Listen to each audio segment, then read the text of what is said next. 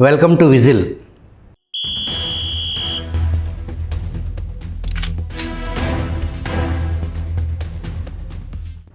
గత కొద్ది రోజుల క్రితం నేను నా అమరావతి అని ఒక పుస్తకాన్ని పెద్ద ఎత్తున డిప్యూటీ స్పీకర్ రఘురామకృష్ణంరాజు గారు, మంత్రి కొల్లు రవీంద్ర గారు, మరికొందరు పుర ప్రముఖులు, జర్నలిస్టుల సమక్షంలో ఆల్ పార్టీ మీటింగ్కి సంబంధించిన కాంగ్రెస్ నుంచి ఒక వైసీపీ తప్ప కాంగ్రెసు, కమ్యూనిస్టు, టీడీపీ నుంచి పలువురు పాల్గొన్నారు. ఆ పుస్తకం కేవలం ఒక ప్రాంతానికి, ఒక మతానికి, ఒక కులానికి సంబంధించింది కాదు. అది తెలుగువాడి చరిత్ర, తెలుగువాడి జీవనాడి, తెలుగువాడి సంతకం అనే దానికి సంబంధించిన ఆ పుస్తక చారిత్రక నేపథ్యాన్ని, ఆ పుస్తకం ఆయన ఎందుకు రాయాల్సి వచ్చింది, అసలు ఆ పుస్తకంలో ఏముంది అనేదాన్ని వివరించడానికి అటు ఆ పుస్తక రచయిత బాలకోటయ్య గారు, ఆ పుస్తకాన్ని ఆ సభలో సమీక్ష చేసినటువంటి విజయవాడ ప్రముఖులు కామ్రేడ్ జిఆర్కే పోలవరపు సాంస్కృతిక సమితి అధ్యక్షులు మనతో ఉన్నారు. ఈ మధ్య బాలకోటయ్య గారికి ఈ ప్రభుత్వం రాష్ట్ర సామాజిక సంక్షేమ సమితి అనే ఒక కార్పొరేషన్ నియమించి దానికి చైర్మన్గా, బహుశా ఇది గత ప్రభుత్వాల్లో లేని ఒక పదవిని బాలకోటయ్య గారి కోసం ముఖ్యమంత్రి చంద్రబాబు గారు స్వయంగా ఒక సంస్థని, దానికి ఒక చైర్మన్ని క్రియేట్ చేసి మరీ ఆయనకి అవకాశం కల్పించారు. ఈ మధ్య తానా సభలకు కూడా ఆయన అమెరికా వెళ్ళి హల్చల్ చేసి వచ్చారు. ఆ అన్ని సంఘటనలకు సంబంధించిన ఒక అద్భుతమైన సమాచారాన్ని విజిల్ ప్రేక్షకుల ద్వారా ప్రపంచానికి తెలియజేయడానికి వాళ్ళు అమరావతి స్టూడియోకి వచ్చున్నారు. వెల్కమ్ అండి బాలకోటయ్య గారు. నరేంద్ర గారు నమస్కారం. నమస్కారం అండి. విజిల్ ప్రేక్షకులకు, విజిల్ వీక్షకులకు నమస్కారం. ముందు మీ ఇంట్రడక్షన్. బాలకోటయ్య గారు గత కొన్ని సంవత్సరాలుగా ప్రజలకి కొట్టిన పిండి అయ్యారు, సుపరిచితులైన. మీ నేపథ్యం తెలియజేయండి. దానికంటే ముందు మీ నేపథ్యం తెలియజేయడానికి ముందు ఒక ప్రశ్న ఉంది నాకు, అది మా ప్రేక్షకులకు తెలియాల్సిన విషయం. మహాత్మా గాంధీ ఆ రోజుల్లో మీ ఇంటికి ఎందుకు వచ్చారు? మీ నాన్నగారు ఆయన ఒళ్ళో కూర్చున్నారు. ఆ రోజు ఏం జరిగింది ఈ బెజవాడలో? 1921 ఫిబ్రవరి ఆఖరిలో విజయవాడలో కాంగ్రెస్ పార్టీ యొక్క ప్రప్రథమ కార్యవర్గ సమావేశం జరిగింది. అంటే అప్పటికి ఎన్నో దశాబ్దాల నుంచి కాంగ్రెస్ పార్టీ ఉన్నప్పటికీ కాంగ్రెస్ పార్టీ యొక్క ప్రథమ కార్యవర్గ సమావేశం మన విజయవాడలోనే జరిగింది. అప్పుడు విజయవాడని బెజవాడ అనేవాళ్ళు. ఆ కార్యక్రమానికి గాంధీ గారిని తీసుకురావాలి, గాంధీ గారు ఎలాగూ వస్తారు. ఆ కార్యక్రమంలో వచ్చినప్పుడు ఈ గాంధీ గారు కానీ ఇతర జాతీయ నాయకులు కానీ ఎవరింట్లో బస చేస్తారు అనేది ఆ సందర్భంలో ఎవరైతే ఎక్కువ ఈ స్వరాజ్య నిధికి విరాళంగా ఇస్తారో వాళ్ళ ఇంట్లో ఉండాలి అని చెప్పి అక్కడ నిర్ణయం జరిగింది. అప్పుడు అందరికంటే ఎక్కువ ఆ రోజుల్లో 25,000 రూపాయలు, ఈ రోజున మామూలు ఆ రోజు నుంచి బ్యాంకులో వేస్తేనే 46,500 కోట్లు అవుతుంది. ఆ 25,000 రూపాయలని మా తాతగారు, ఆయన పేరే నాకు పెట్టడం జరిగింది, ఆయన పేరు గోళ్ళ నారాయణరావు, ఆయన ప్రకటించి ఇచ్చి గాంధీ గారు వాళ్ళతో పాటు వచ్చే ఆ జాతీయ నాయకులందరూ కూడా మా ఇంట్లోనే బస చేసేలాగా ఆ అవకాశాన్ని పొందారు. గాంధీ గారు రావటానికి ఒక 3 రోజులు 4 రోజులు ముందుగానే కొన్ని మేకలు కొంతమంది తీసుకొచ్చారు గాంధీ గారికి ఆ పాలు ఇవ్వటానికి గాను. అలాగే ఈ వేరుశనగపప్పు ఇటువంటి ఈ బస్తాలు అవి కూడా రావటం జరిగింది. గాంధీ గారు ఆ తర్వాత వచ్చారు. గాంధీ గారితో పాటు మా ఇంట్లో కస్తూర్బాయి గాంధీ గారు, ఆ తర్వాత దేవదాస్ గాంధీ గారు, విఠల్భాయ్ పటేల్ గారు, అంటే వల్లభాయ్ పటేల్ గారి సోదరుడు, వీళ్ళందరూ కూడా ఇంకా కొంతమంది జాతీయ నాయకులు మా ఇంట్లో బస చేయటం జరిగింది. అప్పుడు ఆ జరిగిన సందర్భం ఏంటంటే, గాంధీ గారు ఆయన కస్తూరిబా గాంధీ గారు వడ్డిస్తేనే తింటారు, ఇంకెవరు వడ్డించినా తినరు. ఒకటి. రెండోది, ఆ భోజనం ఫలానా సమయం అని అంటే ఆ నిమిషాలతో సహా, బహుశా క్షణాలతో సహా ఆయన రావటం, ఆ టైంకి కనుక కస్తూర్బా గాంధీ గారు అక్కడ ఉండి భోజనం వడ్డించినట్లయితే తినటం, లేకపోతే ఆ రోజున ఆయన ఆ భోజనాన్ని స్కిప్ చేయటం. అటువంటి ఆ ఆహార నియమాలు అలాగే సమయపాలన నియమాలు కలిగిన గాంధీ గారి గురించి ఈ రోజున మనం ఈ రకంగా చెప్పుకోగలుగుతున్నందుకు చాలా సంతోషంగా ఉంది. అప్పుడు గాంధీ గారు రావటం జరిగింది. ఆ తర్వాత ఈ మొట్టమొదట భోజనాలకి అందరూ కూర్చున్నప్పుడు ఆ రోజుల్లో ఎలా ఉండేది, మన దగ్గర ఏదైతే ఉందో అదంతా కూడా పెద్దలకు చూపించుకోవాలి, వాళ్ళ ప్రశంసలు పొందాలి అని చెప్పి ఆ గృహస్థులు ఉద్దేశపడుతూ ఉంటారు. ఆ సందర్భంగా మొత్తం ఈ మన విజయవాడకు సంబంధించి కాళేశ్వరరావు మార్కెట్ అంటే అందరికీ తెలుసు. అయ్యదేవర కాళేశ్వరరావు గారు, ఆ తర్వాత ఇంకా ఇతర బోల్డంత మంది రాష్ట్ర నాయకులు చాలామంది వాళ్ళందరూ కూర్చుని ఉన్నారు, గాంధీ గారి కోసం ఎదురు చూస్తున్నారు. వీళ్ళందరికీ గాంధీ గారికి అందరికీ కూడా బంగారు పళ్ళాలు పెట్టి భోజనం సిద్ధం చేయటం జరిగింది. సరే, అందరూ భోజనాలు చేస్తున్నారు. గాంధీ గారు అప్పుడే ఆయన ఒక జర్మన్ సిల్వర్ సత్తుపళ్ళెం ఆయనతో పాటు తీసుకొచ్చి ఈ బంగారు పళ్ళాన్ని పక్కన దోసేసి ఆ సత్తుపళ్ళెంలోనే వడ్డించమనంటే కస్తూర్బా గాంధీ గారు వడ్డించడం, ఆయన భుజించడం జరిగింది.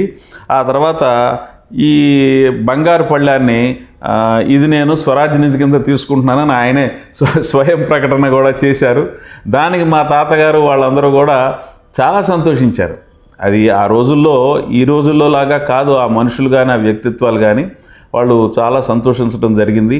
అయ్యదేవర కాళేశ్వరరావు గారు ఈ విషయాన్ని ఆయన జీవిత చరిత్రలో ఆ రోజున మేమేమో బంగారు పళ్ళాల్లో తింటా ఉంటే గాంధీ గారేమో ఈ రకంగా చేస్తే మేమందరం కూడా సిగ్గుపడ్డామని కూడా రాయటం జరిగిందని చెప్పి మాకు మండల్ బుద్ధప్రసాద్ గారు తెలియజేశారు. ఆ తర్వాతే మాకు ఆ విషయం తెలిసింది. ఇక ఆ రోజున ఇంకా జరిగిన విషయాలు ఏంటంటే, మా నాయనమ్మ గారిని ఆమె 7 వారాల నగలు అంటే గాంధీ గారికి పరిచయం చేయడానికి గాను మా నాయనమ్మ గారిని 7 వారాల నగలు ఆమె అలంకరించుకుని గాంధీ గారి ముందు ఇదిగో ఏమండి ఈమె నా శ్రీమతి గారు అని చెప్పి మా తాతగారు పరిచయం చేసినప్పుడు గాంధీ గారు ఆమె ఇంకా ఎగాదిగా చూసి సంతోషం అమ్మ, ఇప్పుడు నువ్వు వేసుకున్న నగలన్నీ కూడా స్వరాజ్ నిధికి ఇచ్చేస్తావా అని చెప్పి అడగటం జరిగింది. ఆమె కూడా సంతోషంగా ఆ 7 వారాల నగలు ఇచ్చేయటం అనేది జరిగింది. ఇది అయిపోయాక మా నాన్నగారు అక్కడ ఉన్నప్పుడు ఇదిగో మా అబ్బాయి అండి అని చెప్పి మా తాతగారు పరిచయం చేసినప్పుడు మా నాన్నగారిని గాంధీ గారు పిలిచి ఆయన తొడ మీద కూర్చోబెట్టుకున్నారని చెప్పి మా నాన్నగారు చెబుతూ ఎన్నిసార్లు చెప్పారనంటే మాకు అది కంటతా వచ్చేసింది. ఈ విషయాలు ఇవన్నీ కూడా మాకు కంటతా వచ్చేసేసినాయి. అది ఆ రకంగా కూడా మేము చాలా గర్వపడిన సందర్భం.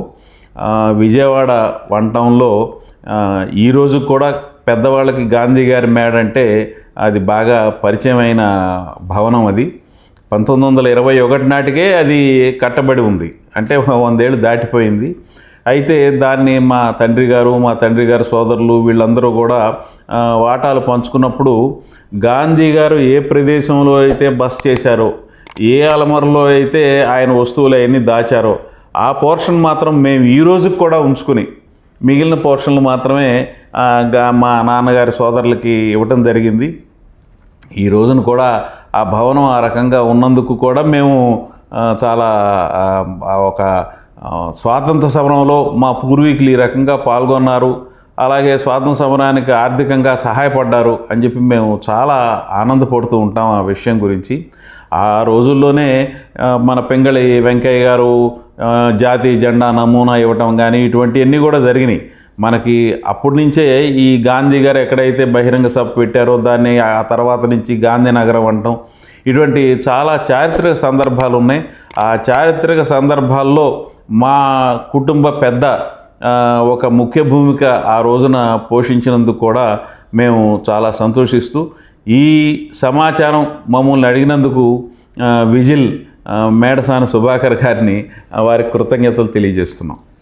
ఆనాడు ఆంధ్రప్రదేశ్ పర్యటనకి స్వతంత్ర సంగ్రామంలో మహాత్మా గాంధీతో పాటు జాతీయ నాయకులు ఆంధ్రప్రదేశ్ పర్యటించినప్పుడు సామాన్య జనం విపరీతమైన స్పందన, చైతన్యం రగల్చటం, ఆ దారి పొడవున ఆ జోల్లో ఆ మెడల్లో ఈ చెవుల్లో ఒలిచేసి ఆ బంగారాన్ని ఆ జోల్లో వేసేయటాన్ని ఎలా చూడాలి? అది నా వ్యక్తిగత అభిప్రాయం ప్రకారం ఉత్తర భారతదేశం వాళ్ళకంటే ఎక్కువ స్పందించింది దక్షిణ భారతదేశం వాళ్ళని. దక్షిణ భారతదేశంలో కూడా బాగా స్పందించింది బాగా ఆ స్వాతంత్రంలో మమేకమైంది ఆంధ్ర వాళ్ళని, తెలుగు వాళ్ళని. అంటే ఆంధ్రప్రదేశ్ అని ఈ రోజున అంటున్నాం, కానీ ఆ రోజుకి ఆంధ్రప్రదేశ్ లేదు, అది మద్రాసులోనే కలిసి ఉన్నది.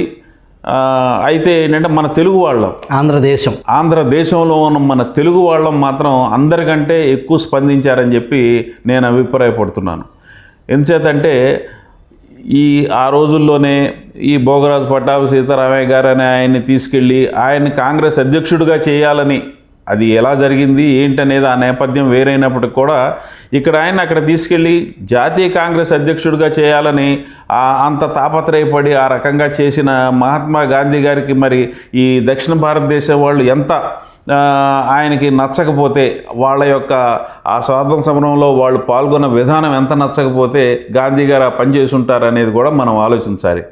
అలాగే ఇంకా కొంతమంది మన గోరా గారు, విజయవాడకే సంబంధించిన గోపరాజు రామచంద్రరావు గారు, గోరా గారు, ఆయన కూడా ఏంటంటే అక్కడ గాంధీ ఆశ్రమంలో ఉండటం. ఆ తర్వాత ఈరోజు కూడా మనకు తెలుసు, చిన్న ఇంటరప్షన్, ఆయన అడిగారంట కదా గాంధీ గారు, గోరా గారు మీరు పూర్తిస్థాయి నాస్తికులు, నేనేమో ప్రతిరోజు భగవద్గీత చదివే రామభక్తుడిని, మన దారులు వేరైనా వ్యక్తిగతంగా స్వతంత్ర ఉద్యమంలో నాతో కలిసి పనిచేయడానికి మీకేంటి అభ్యంతరం అని గాంధీ స్వయంగా అడిగితే నాకు ఎటువంటి అభ్యంతరం లేదని చెప్పేసి గాంధీ భావజాలాన్ని వంట పట్టించుకుని సబర్మతి ఆశ్రమంలో బెజవాడ బెంజ్ సర్కిల్ నుంచి అక్కడికి వెళ్ళి కొన్ని సంవత్సరాలు ఉన్నమాట నిజమేనా? నిజమే. అలాగే వారి అమ్మాయి పెళ్ళి కూడా మనోరమ గారని, ఆ తర్వాత రావూరి, ఆయన పేరు నేను వాస్తవానికి మర్చిపోయాను, గోరా గారి అమ్మాయి వివాహం కూడా గాంధీ గారు ఆయన దగ్గరుండి చేస్తానంటే ఆ తర్వాత దురదృష్టవశాత్తు ఆయన కాల్చి చంపబడ్డారు. అయినప్పటికీ కూడా ఆ విషయం తెలిసిన వాళ్ళు వారి వివాహాన్ని సబర్మతి ఆశ్రమంలోనే జరిపించడం జరిగింది. భావజాలాలు వేరైనప్పటికీ కూడా బాట ఒకటే అని చెప్పి గాంధీ గారు వాళ్ళని వీళ్ళని కాదు, ఎంతోమందిని ఆయన ఉద్యమంలో కలుపుకోగలిగారు. ఆ తర్వాత చాలా తెలియాల్సిన విషయాలు కూడా గాంధీ గారి గురించి ఉన్నాయి. ఎందుకంటే గాంధీ గారికి చాలా భాషలు తెలుసు. ఆయన విస్తృతంగా పర్యటించడమే కాకుండా అక్కడ ఆ స్థానిక సమస్యలు తెలుసుకోవటం కానీ, స్థానిక భాషల్ని, స్థానిక సంస్కృతుల్ని తెలుసుకోవటం కానీ, ఆకళింపు చేసుకోవటం కానీ, అవన్నీ కూడా గాంధీ గారు మన మనిషి అని అనిపించుకోగలిగారు ఆయన. ఈ ప్రాంతంలో ఆనాడు స్వతంత్ర పోరాటంలో, సుదీర్ఘ పోరాటంలో ఈ సమాజం చైతన్యం అవటానికి, చైతన్యవంతంగా చురుగ్గా పాల్గొనటానికి ఆస్తులు, బంగారం, మెడల్లో బంగారం కూడా ఒలిసి ఇచ్చే పరిస్థితి. అట్లాగే విద్యాలయాలు మొత్తం ఆంధ్రప్రదేశ్లో, ఆనాటి ఆంధ్రదేశంలో ప్రస్తుతం ఊళ్ళల్లో ఉన్న జిల్లా పరిషత్ స్కూల్స్ కానీ, విజయవాడ లాంటి, గుంటూరు లాంటి నగరాల్లో క్రిస్టియన్ ఆర్గనైజేషన్స్కి ఉచితంగా భూమి కూడా దానం చేయటం, విద్యాదానం చేయాలనే ఉద్దేశంతో ఆ భావజాలను ఎలా చూడాలి? ఇవన్నీ కలిసి కొన్ని వేల ఎకరాలు కదా. గాంధీ గారు విద్యాలయాల్ని, గ్రంథాలయాల్ని ఆయన దేవాలయాలతో సమానంగా ప్రోత్సహించడానికి ఆయన సిద్ధాంతం ఆ రకంగా ఉండింది. మన ఆంధ్రాలో ఎక్కువ ఇవన్నీ కూడా ప్రోత్సహించబడటానికి ఇంకొక కారణం కూడా, మన ఆంధ్రులు ఎక్కడికి వెళితే వాళ్ళలాగా ఉంటారు, ఎక్కడికి వెళితే వాళ్ళతో కలిసిపోతారు, వాళ్ళని అర్థం చేసుకుంటారు, తాము అర్థమవుతారు. ఉదాహరణకి మన దక్షిణ భారతదేశంలో ఈరోజు కూడా తమిళనాడులో హిందీ వ్యతిరేకత అనేది ఉంది. కానీ ఆ రోజుల్లోనే దక్షిణ భారతదేశంలో నుంచి, ముఖ్యంగా ఆంధ్రదేశం నుంచి ఎంతోమంది తెలుగు వాళ్ళు వెళ్ళి హిందీ నేర్చుకోవటం అనేది జరిగింది. అంటే ఇప్పుడు ఈ ఒక మాతృభాష, ఒక జాతీయ భాష, ఒక అంతర్జాతీయ భాష, ఈ మూడు ఉంటేనే మన మనుగడ, అలాగే ఈ ఇతర భావజాలాలకి మన భావజాలానికి మధ్యలో ఒక వారధి ఏర్పడుతుంది అనే గాంధీ గారి ఉద్దేశాన్ని తూచా తప్పకుండా పాటించింది అందరికంటే ఎక్కువ తెలుగు వాళ్ళే అని చెప్పి నేను ఈ సందర్భంగా తెలియజేస్తున్నాను. బాలకోటి గారు నమస్కారం. ఏదైతే మీరు మీ గురించి ఇంట్రోలో కొత్తగా విజిల్ ద్వారా చెప్పాల్సింది ఏమీ లేదు, కానీ విజిల్ అడగాల్సిన ప్రశ్నలు ఉన్నాయి మిమ్మల్ని. నేను నా అమరావతి, రణం, రక్తం, రాజసం, RRR, RRR వైబ్రేషన్, ఈ పేరు పెట్టడం అసలు ఈ పుస్తకం రాయాలన్న ఆలోచన ఎందుకు వచ్చింది? నమస్తే సుభకర్ గారు, మీకు మీ విజువల్ వీక్షకులకి. సాధారణంగా నేను జర్నలిస్ట్ని, కలం జేబులో పెట్టుకొని తిరిగేవాడిని. 25 ఏళ్ల ప్రస్థానం. జర్నలిస్ట్కి రాయాలి అని అనిపించకపోతే ఇంకెవరికి అనిపిస్తుంది? పైపెచ్చు అమరావతి ఒక మహోద్యమం, అందులో నేను పాల్గొన్నాను. వారి కష్టాలు కడగండ్లు, ఎందుకు ఈ అమరావతి ఉద్యమం చేయాల్సి వచ్చింది? ఆనాటి ప్రభుత్వం ఇలా చేసిన అన్యాయం ఏంటి? ఆ అన్యాయాన్ని వ్యతిరేకించిన రైతుల యొక్క పోరాట పటిమేంటి? ఆ పటిమి మీద ప్రభుత్వం చేసిన రాకాసితనం ఏంటి? ఆ రాకాసితనాన్ని ధిక్కరించిన పోరాట వీరులెవరు అన్నది చరిత్రకు అందించాలి. మీరు ఇందాక చెప్పారు గోల నారాయణ గారి గురించి. వాళ్ళ తాతగారు గాంధీ గారి ఒళ్ళో కూర్చున్నాడు. ఎవరు చెప్పారు? ఒక పెద్ద ఆయన ఒక పుస్తకంలో రాశాడు. లేకపోతే ఆ విషయం మనవడికి తెలిసేది కాదు, ఆ పేరు పెట్టుకున్న మనవడికి తెలిసేది కాదు. అంటే చరిత్రని ప్రజలకు అందించగలగాలి. అశోకుడు చెట్లు నాటాను, అశోకుడు కూర్చొని రాసుకోవాలి, ఎవరో శుభకర్ రాశాడు. శ్రీకృష్ణదేవరాయలు చెరువులు తవ్వాను, బహుశా నాకు తెలిసి అష్టదిగ్గజాలు కూడా రాసి ఉండరు, ఎవడో బాలకోటకి కూర్చొని రాశాడు. అది చరిత్రకు అందింది. దేశ భాషలందు తెలుగు లెస్స శ్రీకృష్ణదేవరాయలు పాటించాడు. అలాగని ఈ అమరావతి ఉద్యమాన్ని రాష్ట్రానికి అటు దేశానికి అందించాలి. ఇందులో ముఖ్యంగా నేను అనుకున్నది ఏంటంటే, ఒక రాజధాని, రాష్ట్ర రాజధాని కోసం భూములు ఇవ్వటం ఒక త్యాగం అయితే, ఇచ్చిన త్యాగ ఫలాన్ని మరో ప్రభుత్వం ధ్వంసం చేస్తుంటే దాని రక్షణ కోసం ఉద్యమం చేయటం అనేది మరో త్యాగం.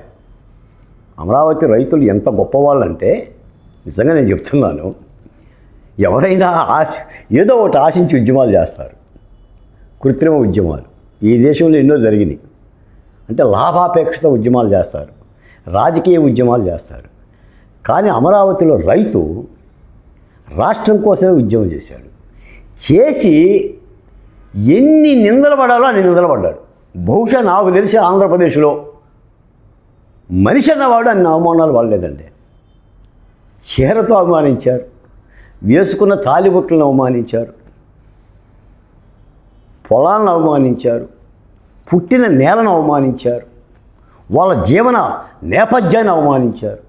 అంటే ఇంత కర్కశంగా జరిగిన దీనిని భవిష్యత్ తరాలకు అందించాలని నేను నా అమరావతి రణం రక్తం రాజస్వం అని ఈ పుస్తకాన్ని అందించా. ముఖ్యంగా ఏంటంటే, ఇది అమరావతి ఉద్యమ నేపథ్యంలోని పుస్తకం రాయాలి. నేను రాశాను, కానీ దాన్ని ప్రచురించడానికి నా దగ్గర ఆర్థిక స్థితి లేక రాసుకున్న కాగితాలని మంచం కిందే పెట్టుకున్నాను. ఏం చేద్దాం ఈ పుస్తకాన్ని ఎలా అంటే, ఈ సన్నివేశం చెప్పాలి, ప్రజలకు కూడా అర్థం కావాలి. చికాగోలో 87 సంవత్సరాల యలమంచి ప్రసాద్ గారు అని ఉన్నాడు. ఆయన కృష్ణా జిల్లా వాసి, వాళ్ళ నాన్న కూడా స్వాతంత్ర సమరయోధుడు. అమరావతి ఉద్యమం మీద పుస్తకం రాశాను సార్, దాన్ని బయటికి తీసుకురావాలంటే, తీసుకురా బాలకోటయ్య గారు అన్నాడు. లేదండి, అది ఎవరికన్నా అంకితం ఇవ్వాలంటే పెద్దోళ్ళు మీ బోటి వాళ్ళకి అని అన్నాను. నాకు అంకితమే నేను తీసుకుంటాను అన్నాడు. మరి అంకితం ఇవ్వాలంటే కొద్దిగా ఛార్జీలు అవుతాయండి అన్న, పుస్తక ప్రచురణకి డబ్బులు అవుతాయండి. ఓకే నేను ఇస్తాను అన్నాడు. ఆయనకు ఒక మాట చెప్పా, అంకితం తీసుకుంటే కవిని గన్న తల్లి గర్భంబు ధన్యంబు, కృతిని కొన్నవాడు మృతుడు కాదు అని గుర్రం జాషువా గారు అంటారండి. ఈ కావ్యం బతికున్నంత వరకు, ఈ కృతిని స్వీకరించిన అంకితం తీసుకున్న జీవితం కూడా ధన్యంగా ఉంటుందంటే ఆయన ప్రోద్బలంతో ఈ పుస్తకాన్ని బయటికి తీశాను. ఇంకొక సంఘటన కూడా చెప్తాను. నిజానికి ఈ పుస్తకం ఈ రాష్ట్రంలోనే ప్రముఖుల చేత ఆవిష్కరింపబడాలి. 2 మాసాలు పుస్తకం చేతిలోకి వచ్చిన ఆవిష్కరించలేకపోతున్నా నేను అనుకున్న పెద్దలతో. ఆ సభకి యలమంచి ప్రసాద్ గారు రావాలి, ఆ కృతిని స్వీకరించాలి కృతిదాతగా. ఆయన రాలేడు.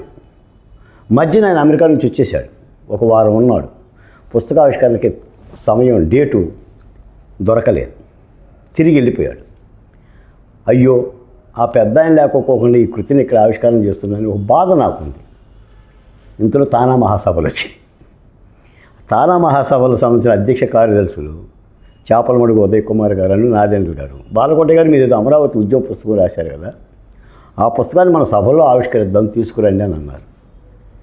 భగవంతుడికి చెప్తారు ఆ మాట, ఏ గింజ ఎవరు తిన్నాలో తిండి గింజల మీద ముందుగానే పేరు రాసి ఉంటాడంట భగవంతుడు.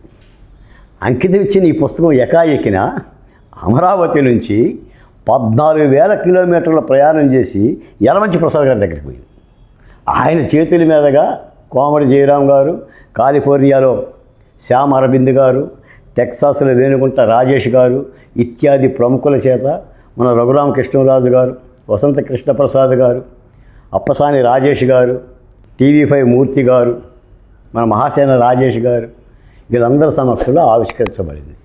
ఒక మాట అయితే చెప్పాలి సార్, నేనైతే అనుకోని అమరావతి ఉద్యమంలోకి ప్రవేశించాల. ఒక రహదారి మీద వెళ్తుంటే ఒక మల్లెపువ్వు కనిపించింది అనుకోండి, ఆస్వాదిస్తాం. ఒక రక్తపు చుక్క కనిపించింది అనుకోండి, ప్రశ్నిస్తాం, ఆగి కాసేపు చూస్తాం.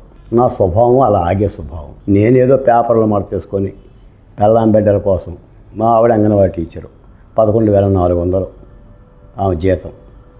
నేను పేపర్లో అడ్వర్టైజ్మెంట్లు తెచ్చుకొని 4 పేజీలు ప్రింట్ చేసుకొని ఆ దసరాకో దీపావళికో నారాయణ గారికి బాగా తెలుసు, నారాయణ గారికి కూడా 2 సార్లు అడ్వర్టైజ్మెంట్లు అడిగినోడిని, ఇలా చేసుకునేవాడిని. ఈ అమరావతి శిబిరాలలో జరుగుతున్న మహిళలది మీలాంటి పెద్ద ఆయన బాలకోటే ఎప్పుడైనా అమరావతి శిబిరాలకు వెళ్ళావా, చూసావా అని అంటే వెళ్ళలేదు సార్ అన్న.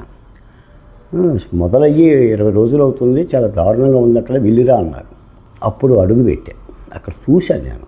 అలా నేను అనుకోకుండానే ఈ ఉద్యమంలోకి వెళ్ళి ఇంతంతై ఒటిలెంతై అన్నట్టుగా నా ప్రస్థానం ఇప్పుడు మీరు అన్నట్టుగా Amaravati to America, America to ఈ రోజున రాష్ట్ర ప్రభుత్వంలో ఆంధ్రప్రదేశ్ రాష్ట్ర సామాజిక సంక్షేమ మండలి బోర్డు చైర్మన్గా నియమించబడ్డాను. ఇది నా పూర్వజన్మ సుకృతం, నన్ను గన్న పోతుల సర్వయ్య నాగరత్నముల యొక్క భాగ్యం, అమరావతి ఉద్యమం పెట్టిన భిక్ష. చంద్రబాబు నాయుడు గారు గుర్తించడం పట్ల కానీ, పవన్ కళ్యాణ్ గారు, లోకేష్ గారు నిజంగా ధన్యవాదాలు చెప్పాలి. నాలాంటి వ్యక్తిని, అంటే సాధారణంగా మాలాంటి వ్యక్తులు పుస్తకం బయట ఉంటాం, పేజీల్లో కనిపించం, కానీ ఈ రోజున ప్రభుత్వంలో ఒక పేజీలో ఉంచి నాకంటూ కొన్ని బాధ్యతలు అప్పచెప్పే పనికి శ్రీకారం చుట్టారు. ఈ పుస్తకం బతకాలి సుభకర్ గారు, నేను రచయితగా కాదు చెప్పేది, ఈ పుస్తకం బతకాలి. గుండె ధైర్యం ఉంటే పుస్తకాన్ని చదవాలి, గుండె తడి ఉంటే పుస్తకం చదవాలి. అమరావతి మీద పడ్డ నిందలకే ఈ పుస్తకం సమాధానం చెప్తుంది.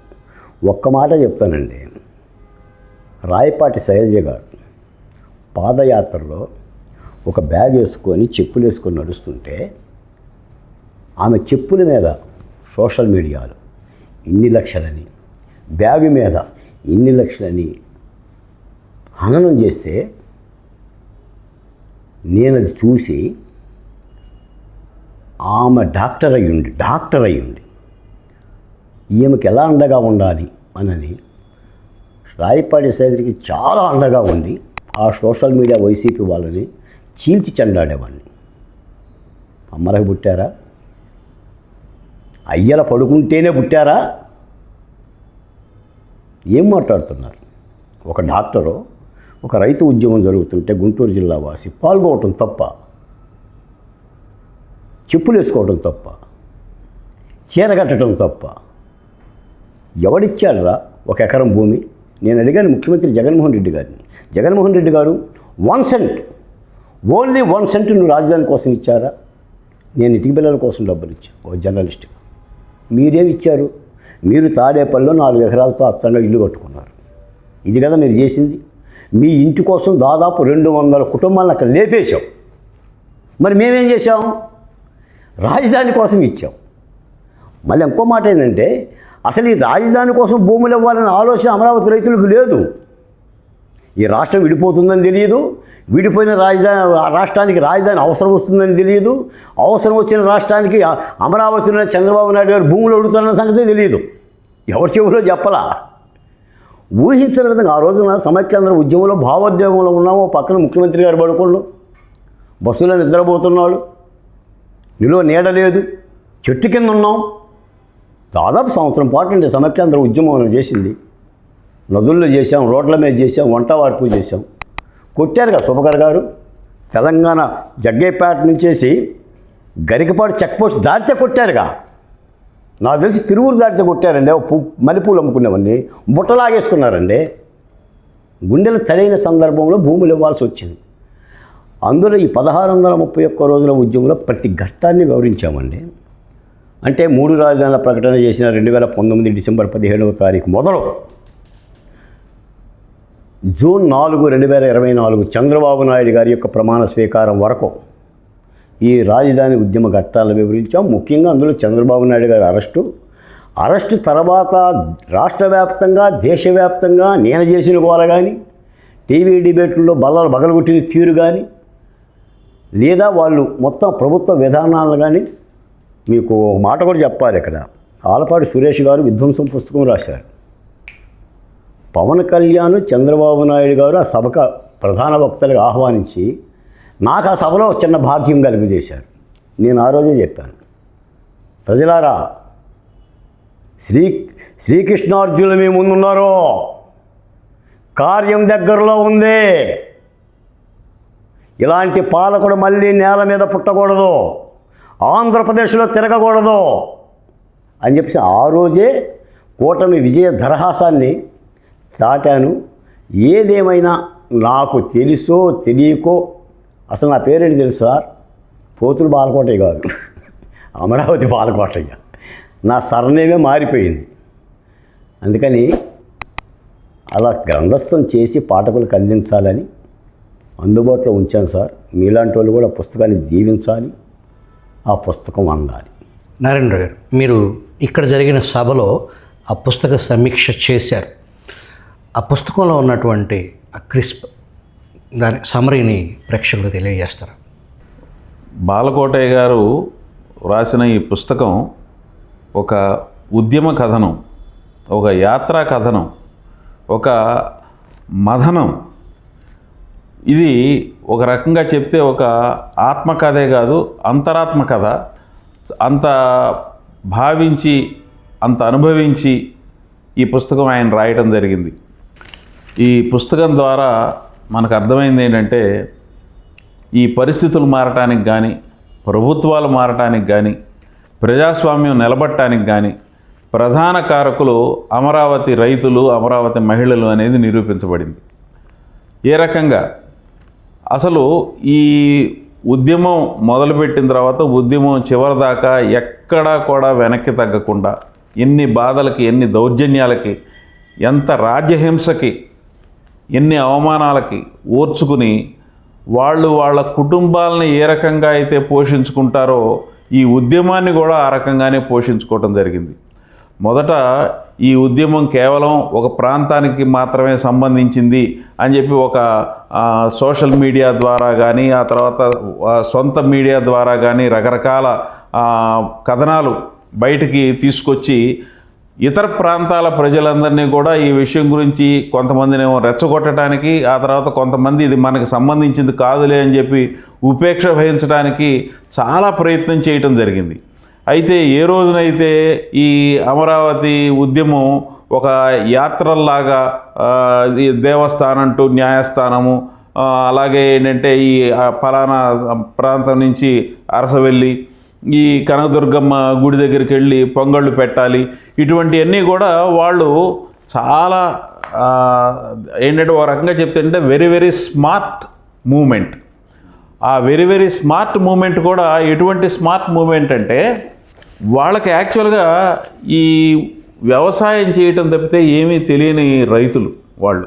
అటువంటిది వాళ్ళు స్వయంగా నేర్చుకుని, వాళ్ళు స్వయంగా ఆలోచించుకుని ఏ రకమైన రాజకీయ పార్టీలని కూడా ఒక రాజకీయ రంగు పొలవనివ్వకుండా చేసి, అదే సమయంలో అన్ని రాజకీయ పార్టీల వాళ్ళు కూడా దీనికి మద్దతు పలికేటట్టుగా చేసుకుని ఒక అత్యద్భుతమైన ఉద్యమం నడిచింది. నా ఉద్దేశం ప్రకారం ఆ రోజుల్లో ఈ స్వాతంత్ర సమరం ఏ రకంగా అయితే నడిచిందో ఇది కూడా ఆ రకంగానే ఈ అమరావతి పరిరక్షణ ఉద్యమం నడిచిందని చెప్పి నేను భావించాను ఈ పుస్తకం చదివాక.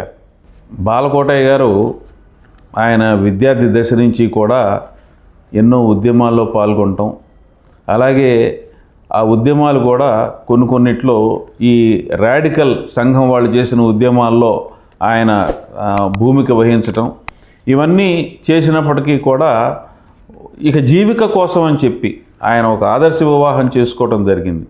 జీవిక కోసం అని చెప్పి ఒక జర్నలిస్ట్గా మారటం జరిగింది.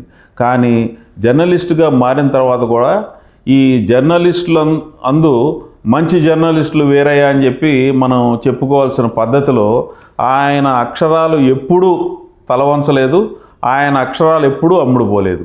ఆయన చాలా నికార్సైన, నిజాయితీ కలిగిన, నిస్సందేహంగా నిర్భయంగా ఉన్న ఒక జర్నలిస్ట్గా ఆయన పేరు తెచ్చుకున్నాడు. ఆయనకి ఏ రోజున ఈ ఉద్యమం గురించి కానీ ఇది గురించి కానీ తెలియదు. అయితే సందర్భవశాత్తు అక్కడ జరిగింది ఏంటంటే, ఈ అమరావతి ఉద్యమాన్ని కొంతకాలం పాటు ఇది ఫలానా కులానికి మాత్రమే సంబంధించిన ఉద్యమం అనే ఒక ప్రచారం చేయడానికి ప్రయత్నం జరిగింది. ఈ సామాజిక వర్గం రీత్యా ఈ రకంగా ప్రచారం చేయటం అనేది ఆయన దృష్టికి వచ్చాక, ఒక జర్నలిస్ట్ ఏ రకంగా అయితే చేస్తాడో ఆ రకంగా ఆయన దీనికి సంబంధించిన డేటా మొత్తం సేకరించినప్పుడు 34,000 ఎకరాలు, దాదాపు 30,000 మంది పైగా రైతులు. ఈ 30,000 మంది రైతుల మధ్యలో కూడా వాళ్ళు ఏ రకమైన సామాజిక వర్గానికి అయితే దీన్ని అంటగట్టదామని అనుకున్నారో, ఆ అంటుగడదాం అనుకున్నారో, ఆ సామాజిక వర్గం వాళ్ళు ఇచ్చింది తక్కువ, వాళ్ళు ఉన్న సంఖ్య తక్కువ. అందరికంటే ఎక్కువ ఈ బహుజనులు, దళితులు, మైనారిటీలు వీళ్ళు మాత్రమే ఎక్కువ ఇచ్చారు. అలాగే వీళ్ళు వేల సంఖ్యలో ఉన్నారు. వాళ్ళు వందల సంఖ్యలో ఉంటే వీళ్ళు వేల సంఖ్యలో ఉన్నారు. అలాగే వాళ్ళు 100 ఎకరాలకు ఇస్తే వీళ్ళు 1000 ఎకరాలు ఇచ్చారు.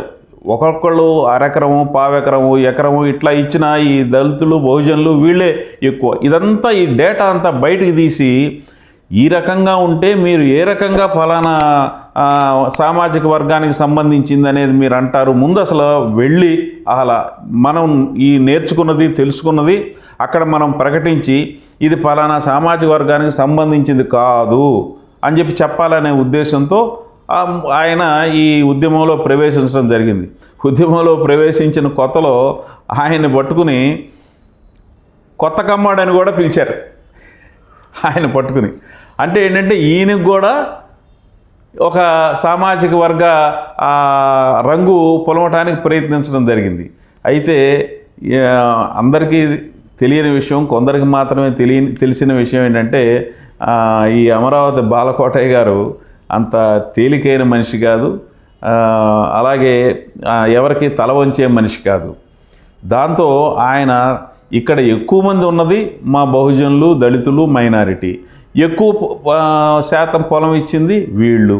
కాబట్టి ముందు నా నేల, నా మనుషులు, నా అమరావతి అనే దాన్ని ఈయన సొంతం చేసుకుని ఒక బహుజన ఐకాస అనేది ఈయన ప్రారంభించడం జరిగింది. ఆ బహుజన ఐకాసాలో ఈ బహుజనులు, దళితులు, ఈ మైనారిటీలు ఉండటం, వాళ్ళ హక్కుల పరిరక్షణ కోసం, వాళ్ళ జాగ్రత్త కోసం, వాళ్ళ సంరక్షణ కోసం ఈయన మిగిలిన అందరితో పాటు ఈ రకరకాల 29 గ్రామాల్లో ఎన్ని వందల సభలు జరిగితే అన్ని వందల సభలు అలాగా పాల్గొనటం, ఈయన బాణీ వినిపించడం, ఈయన ఎంతోమందిని ఉత్తేజితులు చేయటం, సమైక్యతకి కృషి చేయటం, ఇదంతా కూడా బాలకోటయ్య గారు చేయటం జరిగింది. ఆ తర్వాత ఇంకో విషయం కూడా ఏంటంటే, ఇది కేవలం ఈ అమరావతి రైతులకు సంబంధించింది కాదు అనేది ఎట్లాగైతే ఈయన ఇంతకుముందు నేను ఉదహరించినట్టుగా ఇది ఒక కులానికి కానీ ఒక దీనికి కానీ రంగు పొలం వద్దు, ఆ రంగుని మనం తుడిచేసేయాలి అని చెప్పి ఏ రకంగా అయితే అనుకున్నాడో, అలాగే ఇది కేవలం అమరావతికి మాత్రమే, ఈ ప్రాంతానికి మాత్రమే సంబంధించింది కాదు, ఇది రాష్ట్రానికి సంబంధించింది. కాబట్టి మనం ఈ రాష్ట్రంలోని ఇతర ప్రదేశాల్లో కూడా ఈ ఉద్యమాన్ని, ఈ ఉద్యమ స్ఫూర్తిని వ్యాప్తం చేయాలని చెప్పి ఈయన అంటే ఏంటంటే, he is one of the very few first people ఆ విషయాన్ని పట్టుకోవటం, ఆ విషయాన్ని బహిర్గతం చేసిన దాన్ని ప్రచారం చేయటం, ఇటువంటిది చాలా కొద్దిమంది చేశారు. ఆ కొద్ది మందిలో ఖచ్చితంగా ఒక 10 మందిని ఇదిగో వీళ్ళు ఈ ఉద్యమంలో సింహభాగం, ఈ ఉద్యమం తాలూకు కార్యాచరణలో సింహభాగం వీళ్ళకి అప్పచెప్పాలంటే ఆ 10 మందిలో ఖచ్చితంగా బాలకోటయ్య గారు ఉన్నాడనేది ఈ పుస్తకం చూస్తే మనకు అర్థమవుతుంది. ఈ ఉద్యమ సమయంలోనూ అలాగే ఉద్యమానికి ముందు ఆయన కష్టాలు కూడా చాలా వివరంగా ఈ పుస్తకంలో చెప్పుకున్నాడు ఆయన ఈ ఉద్యమం మొదలుపెట్టినప్పుడు కేవలం ఒక సాధారణమైన జర్నలిస్టు. ఆయన భార్య అంగన్వాడీ టీచర్ గారు, ఏదో 14,000 15,000 జీతం వస్తుంది. ఆ తర్వాత కుమారుడు ఏదో చిన్న ఉద్యోగం చేస్తున్నాడు. ఈయన జర్నలిస్టుగా ఢీ అనే ఒక పత్రికని ప్రచురించటం, ఆ తర్వాత వీలైనంత వరకు ప్రతి సంవత్సరం ఆ పత్రికకు సంబంధించిన క్యాలెండర్ తీసుకురావటం, ఆ క్యాలెండర్లో ఈయనంటే అభిమానం ఉన్నవాళ్ళు, పత్రిక అంటే అభిమానం ఉన్నవాళ్ళు, విషయాన్ని చాలా ఖచ్చితంగా తెలుసుకోవాలి, దాంట్లో నిజానిజాలు తెలుసుకోవాలని అనుకున్న వాళ్ళు చాలా కొద్దిమంది ఆ క్యాలెండర్ ముద్రణకి అవకాశం ఇవ్వటం, అదే ఈయన జీవనాధారం. అంత చాలా తక్కువ ఆర్థిక స్థాయి. అటువంటిది మరి ఏమీ చూసుకోకుండా ఏమీ లేకుండా ఈయన ఉద్యమంలోకి ముందుకు దూకేశాడు. ఇక ఉద్యమం అని అంటే జరుగుతున్నదేమో అమరావతిలో, వీరు ఉండేదేమో నందిగామ, కంచిచర్ల ప్రాంతాల్లో. ఎలాగ రాను పోను ఇవన్నీ కూడా, వీటన్నిటికీ కూడా ఏం చేయాలి, ఎలా చేయాలి అని అనుకున్నప్పుడు చాలా ఇదేంటంటే ఆత్మవిశ్వాసమే కాకుండా ఆత్మగౌరవం. ఇంతకుముందు అనగనగా కొన్ని రోజుల క్రితం, కొన్ని దశాబ్దాల క్రితం ఏ మనిషికైనా సరే కూడు గూడు బట్ట, ఈ 3 ఉంటే సరిపోతుందని అనుకునేవాళ్ళు. ఆ తర్వాత మనం ఏమనుకున్నామంటే, ఈ అభ్యుదయవాదులు అందరం ఏమనుకున్నామంటే, గూడు బట్ట కాదు, మనకు కావాల్సింది ఏంటంటే విద్యకి, వైద్యానికి, న్యాయానికి కూడా అయ్యే ఖర్చు కూడా ప్రతి మనిషికి ఉండాలి అని చెప్పి అనుకోవటం జరిగింది. దానికి 7వది ఇప్పుడు ఏంటంటే ఆత్మగౌరవం కూడా కావాలి అనే ఒక గట్టి లక్ష్యం, ఒక నినాదం తీసుకున్న అతి కొద్ది మందిలో ఈ బాలకోటయ్య గారు ఒకళ్ళు అని చెప్పి ఈ పుస్తకం చూస్తే అర్థమవుతుంది. ఆయన ఏం చేశాడంటే, ఆయన షాప్ అమ్మేశాడు. ఆయన భార్య, ఆయన కుమారుడు ఆయనకు ఎంత సహకరించారంటే, అంత దీనస్థితిలో కూడా, ఆర్థిక దీనస్థితిలో కూడా ఆయనకి ఇది అమ్ముతాం. దేనికి అమ్ముతావు? ఉద్యమానికి. సంతోషం. ఇదిగో ఈ బంగారం తాకట్టు పెట్టి ఖర్చులకు కావాలి. దేనికోసం? ఇదిగో ఉద్యమం కోసం తీసుకో అంటే, వాళ్ళంత స్వచ్ఛందంగా వాళ్ళు కూడా కుటుంబ పెద్దగా ఈయనకి ఆ ఉద్యమంలో నుంచోటానికి, ఉద్యమాన్ని సాగించడానికి సహకరించారు. అటువంటి సందర్భాల్లో కొంతమంది ఇదిగో ఈయన ఇంత త్యాగం చేస్తున్నారు అని చెప్పి కొంతమంది సహాయం ఇవ్వటానికి కూడా ముందుకొచ్చినా కానీ, ఎవరైతే స్వచ్ఛంగా ఉన్నారో, ఎవరైతే వాళ్ళ నిజాయితీగా అమరావతి ఉద్యమానికి సహకరిద్దాం అనుకున్నారో వాళ్ళ దగ్గర తప్ప ఇంకొకళ్ళ దగ్గర ఏ రకంగానూ ఏ రకమైన ఆ ప్రలోభం కానీ, ఏ రకమైన లొంగుబాటు కానీ లేకుండా నిలబడిన మనిషి బాలకోటయ్య గారు. ఇవన్నీ కూడా ఈయన ఆ పుస్తకంలో చాలా స్పష్టంగా రాయటం జరిగింది. టు ది పాయింట్, చాలా నిక్కచ్చిగా నిలదీసిన అతి కొద్ది మందిలో బాలకోటయ్య గారు ఒకళ్ళు.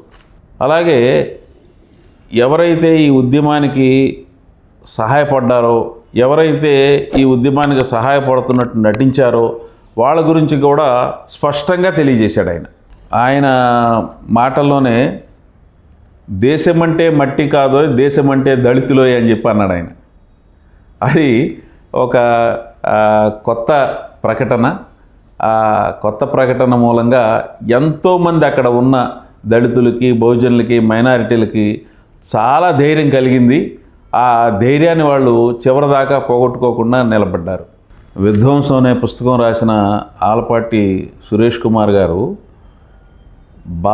మన బాలకోటయ్య గారి ఆ ఉద్యమ, ఆ పోరాట పటిమని చూసి, అలాగే ఈ పుస్తకం చదివి అదిరిందయ్య బాలయ్య అన్నారని చెప్పి పొంగిపోయాడు బాలకోటయ్య గారు.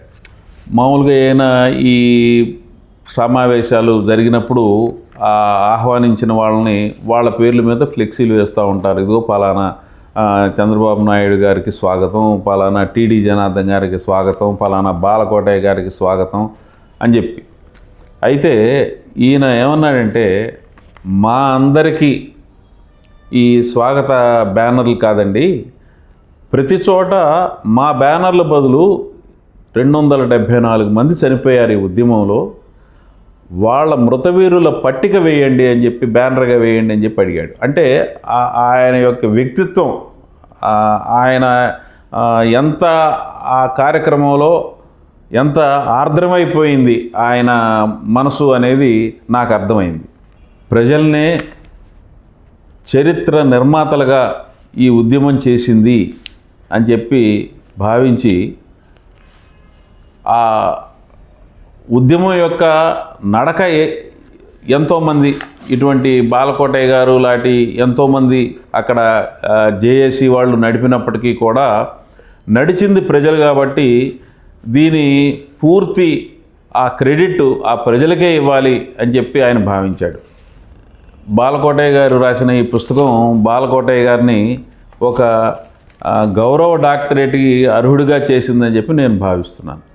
ఇప్పటిదాకా ఆ పుస్తక సమీక్షని, ఆ సభలో చేసిన సమీక్ష కంటే కూడా చాలా అందంగా, చాలా క్లుప్తంగా, అద్భుతంగా ఆ పుస్తకం చదవాలి అనే ఒక కుతూహలాన్ని గోళ్ళ నారాయణరావు గారి మాటల ద్వారా ప్రేక్షకులకు అర్థమయ్యేలాగా ఉంది. ఆ పుస్తకం గురించి, దానిలో ఉన్న లోతు గురించి ఇంకొంచెం అర్థవంతంగా, క్లుప్తంగా మీకు సహకరించిన వాళ్ళ గురించి తెలియజేస్తారా? సోగర్ గారు, నేను నా అమరావతి రణం రక్తం రాజసం, నా హార్ట్ బీట్, నా ఆంధ్రప్రదేశ్ హార్ట్ బీట్. ఇది ఖచ్చితంగా చెప్పాలంటే కన్నీళ్ళు నాకు వస్తాయి. అంటే అంతరాలలో జరిగిన మదనాన్ని ఎక్కెక్కి ఏడ్చి చెప్పడం అనేది మాలాంటి వాళ్ళకి పెద్దగా ఇష్టపడం. అంటే ఆల్రెడీ ఏడ్చిన వాళ్ళం మేము, ఇంకా మాకు ఏడ్చడానికి పెద్దగా కన్నీళ్ళు ఉండవు. ఊరి పొలిమేరల బతుకుల వల్ల మేము. నేను మళ్ళీ చెప్తున్నా, నేను దళితుడిని. 2 గ్లాసుల సిద్ధాంతాన్ని, ఊరి బయట జీవితాలని అనుభవించిన వాడిని. బడికిపోతే ఏమొస్తుంది అయ్యా, పనికిళ్ళయ్యా అంటే అమ్మా నేను బడికి వెళ్తానమ్మా, నేను వెళ్తానమ్మా. నా 5వ తరగతిలో మా అమ్మ నన్ను జీతం ఉంచింది. మా నాన్న ఏదో ఊరు వెళ్ళి పశువులు అమ్మటానికి వెళ్ళి 10 రోజుల తర్వాత వస్తే జీతం ఉన్నా. అంటే ఒక ఇంట్లో పాత్రలు దోముతున్నా. వచ్చి మా అమ్మని అరిశాడు, మళ్ళీ బళ్ళు పెట్టాడు.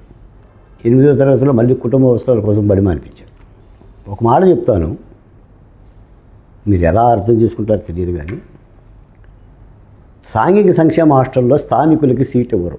హాస్టల్ వస్తుండదు, దూర హాస్టల్లో ఇస్తారు. నాది కంచికిచర్ల, కృష్ణా జిల్లా, ఇప్పుడు ఎన్టీఆర్ జిల్లా.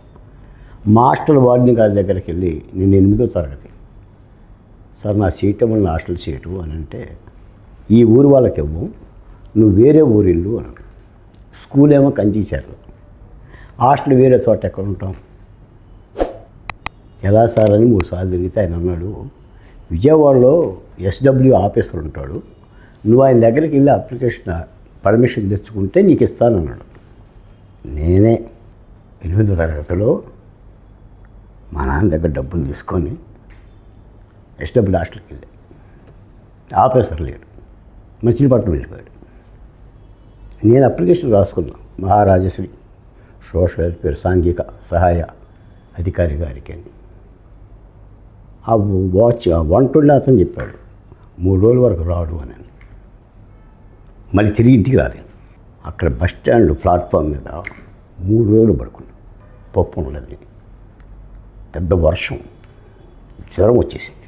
అంటే రోజు ఉదయం వెళ్ళటం, వచ్చిందో లేదో చూడటం, మధ్యాహ్నం వెళ్ళటం, వచ్చిందో చూడటం, సాయంత్రం వెళ్ళటం, వచ్చిందో లేదో చూడటం, వచ్చి బస్ షెల్టర్లో పడుకోవటం, ఇదే పని.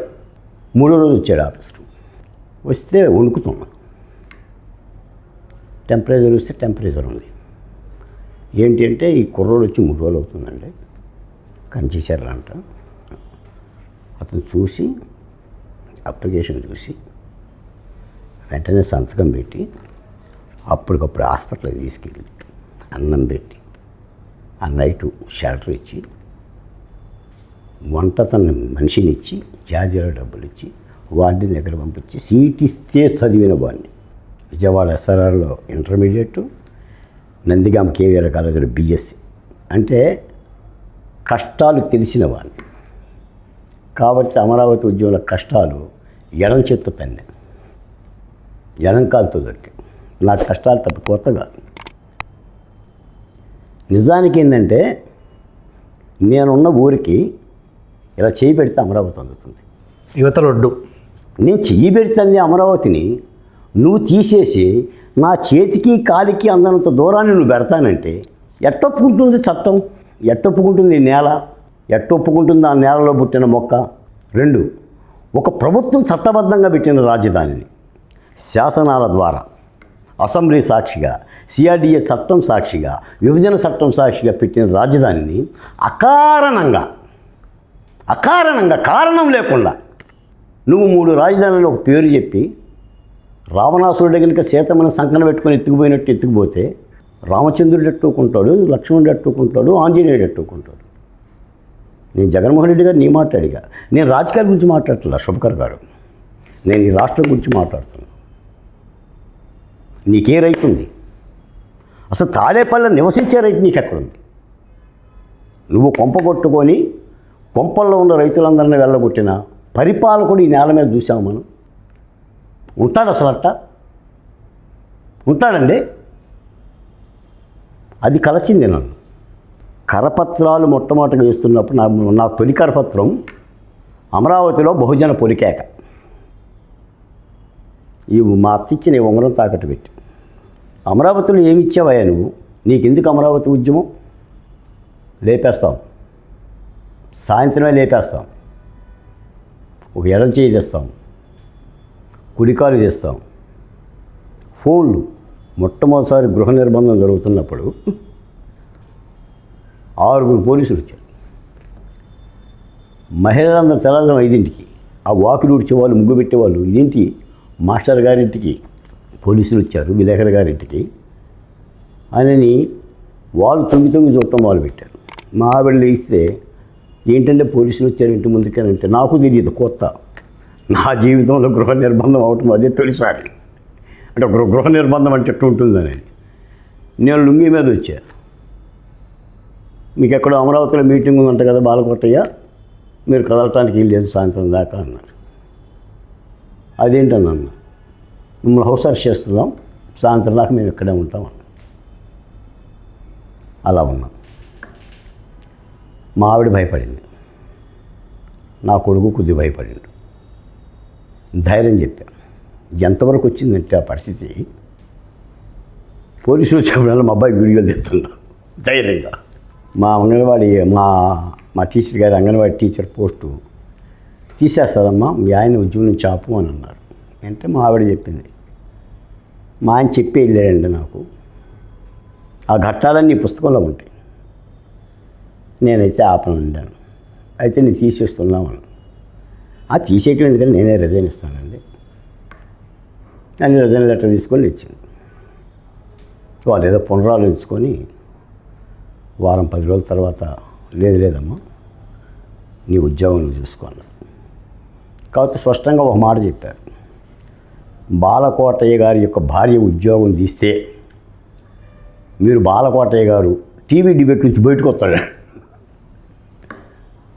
ఆడు తట్టుకోలేడు, వాడు నేల మీద చెయ్యేస్తేనే ఊకోనోడు భార్య మీద చేయిస్తూ ఊకుంటాడా? మా నందిగాం డిఎస్పి 4 పోలీస్ స్టేషన్లు ఎతికాడు, ఏదన్నా పాత ఫిర్యాదన్నా ఉంటే ఎఫ్ఐఆర్ కట్టి జైలు పంపిద్దామని. కంజైచర్ల, వీరులపాడు, చంద్రలపాడు, నందిగామ 4 స్టేషన్లో no any complaint, white complaint లేదు. మా పోలీసులు చెప్పారు, ఏడవడా కంప్లైంట్ లేకుండా 50 సంవత్సరాలు ఎట్టు బతికాడయా అని. ఆడి జర్నలిస్ట్ అన్నాడు, వాడు అంబేద్కర్ వాది, ఆడి మంచివాడు, ఆడి చంద్రబాబు నాయుడు గారి కోసం అమరావతి ఉద్యమం చేయటంలా, లేదా రాజకీయాల కోసం చేయటంలా. అసలు అక్కడ కులాలకు సంబంధించిన వాయిసే లేదండి. వాళ్ళు భూములు ఇచ్చారు, ఇంకో మాలోడు ఇచ్చాడు, మాదిగోడు ఇచ్చాడు, సాయిబ్ ఇచ్చాడు, మంగళోడు ఇచ్చాడు, కోంటోడు ఇచ్చాడు, ముస్లిం ఇచ్చాడు, చెప్పడానికి వాడు వచ్చాడు, అదే చెప్తున్నాడు అని చెబితే కాలక్రమేణా ఆ పరిస్థితి ఆగింది. ఇందులో కూడా అండి గద్దె ప్రభావతి అని మందడం అండి వీరనారి. అసలు మందడం శిబిరంలో మీదగా జగన్మోహన్ రెడ్డి గారు అసెంబ్లీకి వెళ్ళాలంటే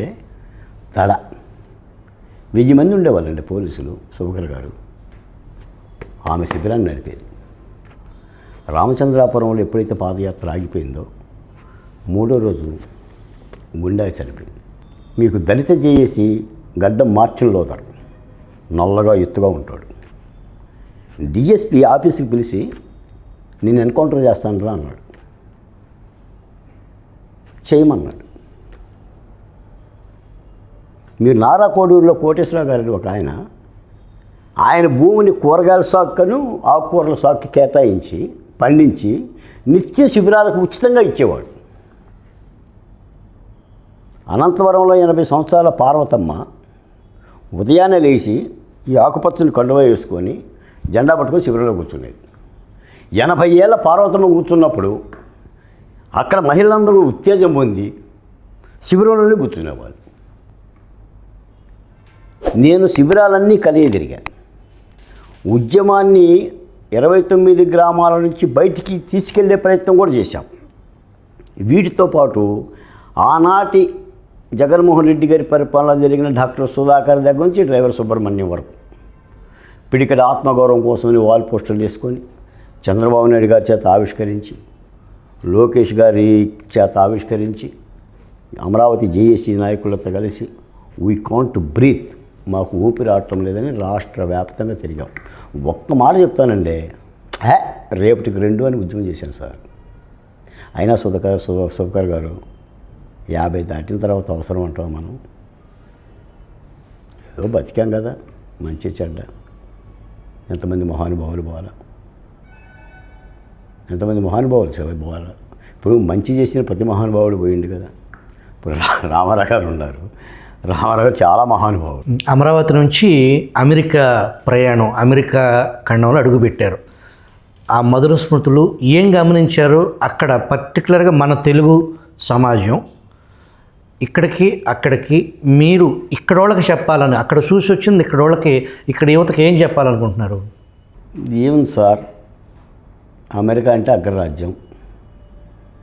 అగ్రరాజ్యంలో బతికే వాళ్ళు ఆ స్థాయిలో ఉంటేనే బతకగలరు. ఆర్థికమైన పరిస్థితి, జీవన విధానం భిన్నం. ఇక్కడ మానవ సంబంధాలు ఉంటాయి, అనుబంధాలు ఉంటాయి. అమెరికాలో ఆర్థిక సంబంధాలు ఉంటాయి. పక్కింట్లోని పలకరించాలన్నా ఫోన్ చేసి వెళ్ళాలి. మీతో మాట్లాడాలన్నా I talk you with you please అని అడగాలి. మీతో మాట్లాడొచ్చా? చెప్పండి, అప్పుడే మాట్లాడాలి. ఎక్కడైతే అరే రారా, అడిపోయారా, 4 రోజుల నుంచి కనబట్ల, నువ్వు బాగా గుర్తుకు రావట్లేదా? ఇక్కడ బంధాలు ఇవి. భారతీయ యొక్క స్మృతి, భారతీయ యొక్క జీవన నేపథ్యం అంత ప్రగాఢమైంది. నిజంగా నేను అనుకుంటుంటాను అమెరికా వెళ్ళి వచ్చినాక, అరే 144 కోట్ల మంది భారత ప్రజలు, భిన్న మతాలు, భిన్న వేషధారణలు, భిన్న రాష్ట్రాలు, భిన్న భావజాలాలు, భిన్న కులాలు, భిన్న నాగరికతలు, వైరుధ్యాలు. How is the possible in country? అరే పిడికడ అంటున్న దేశాలు కొట్టుకుంటున్నాయి, బాంబులు వేసుకుంటున్నాయి, కలవడుతున్నాయి. ఈ జీవన నేపథ్యం నాకు గుర్తుకొచ్చింది.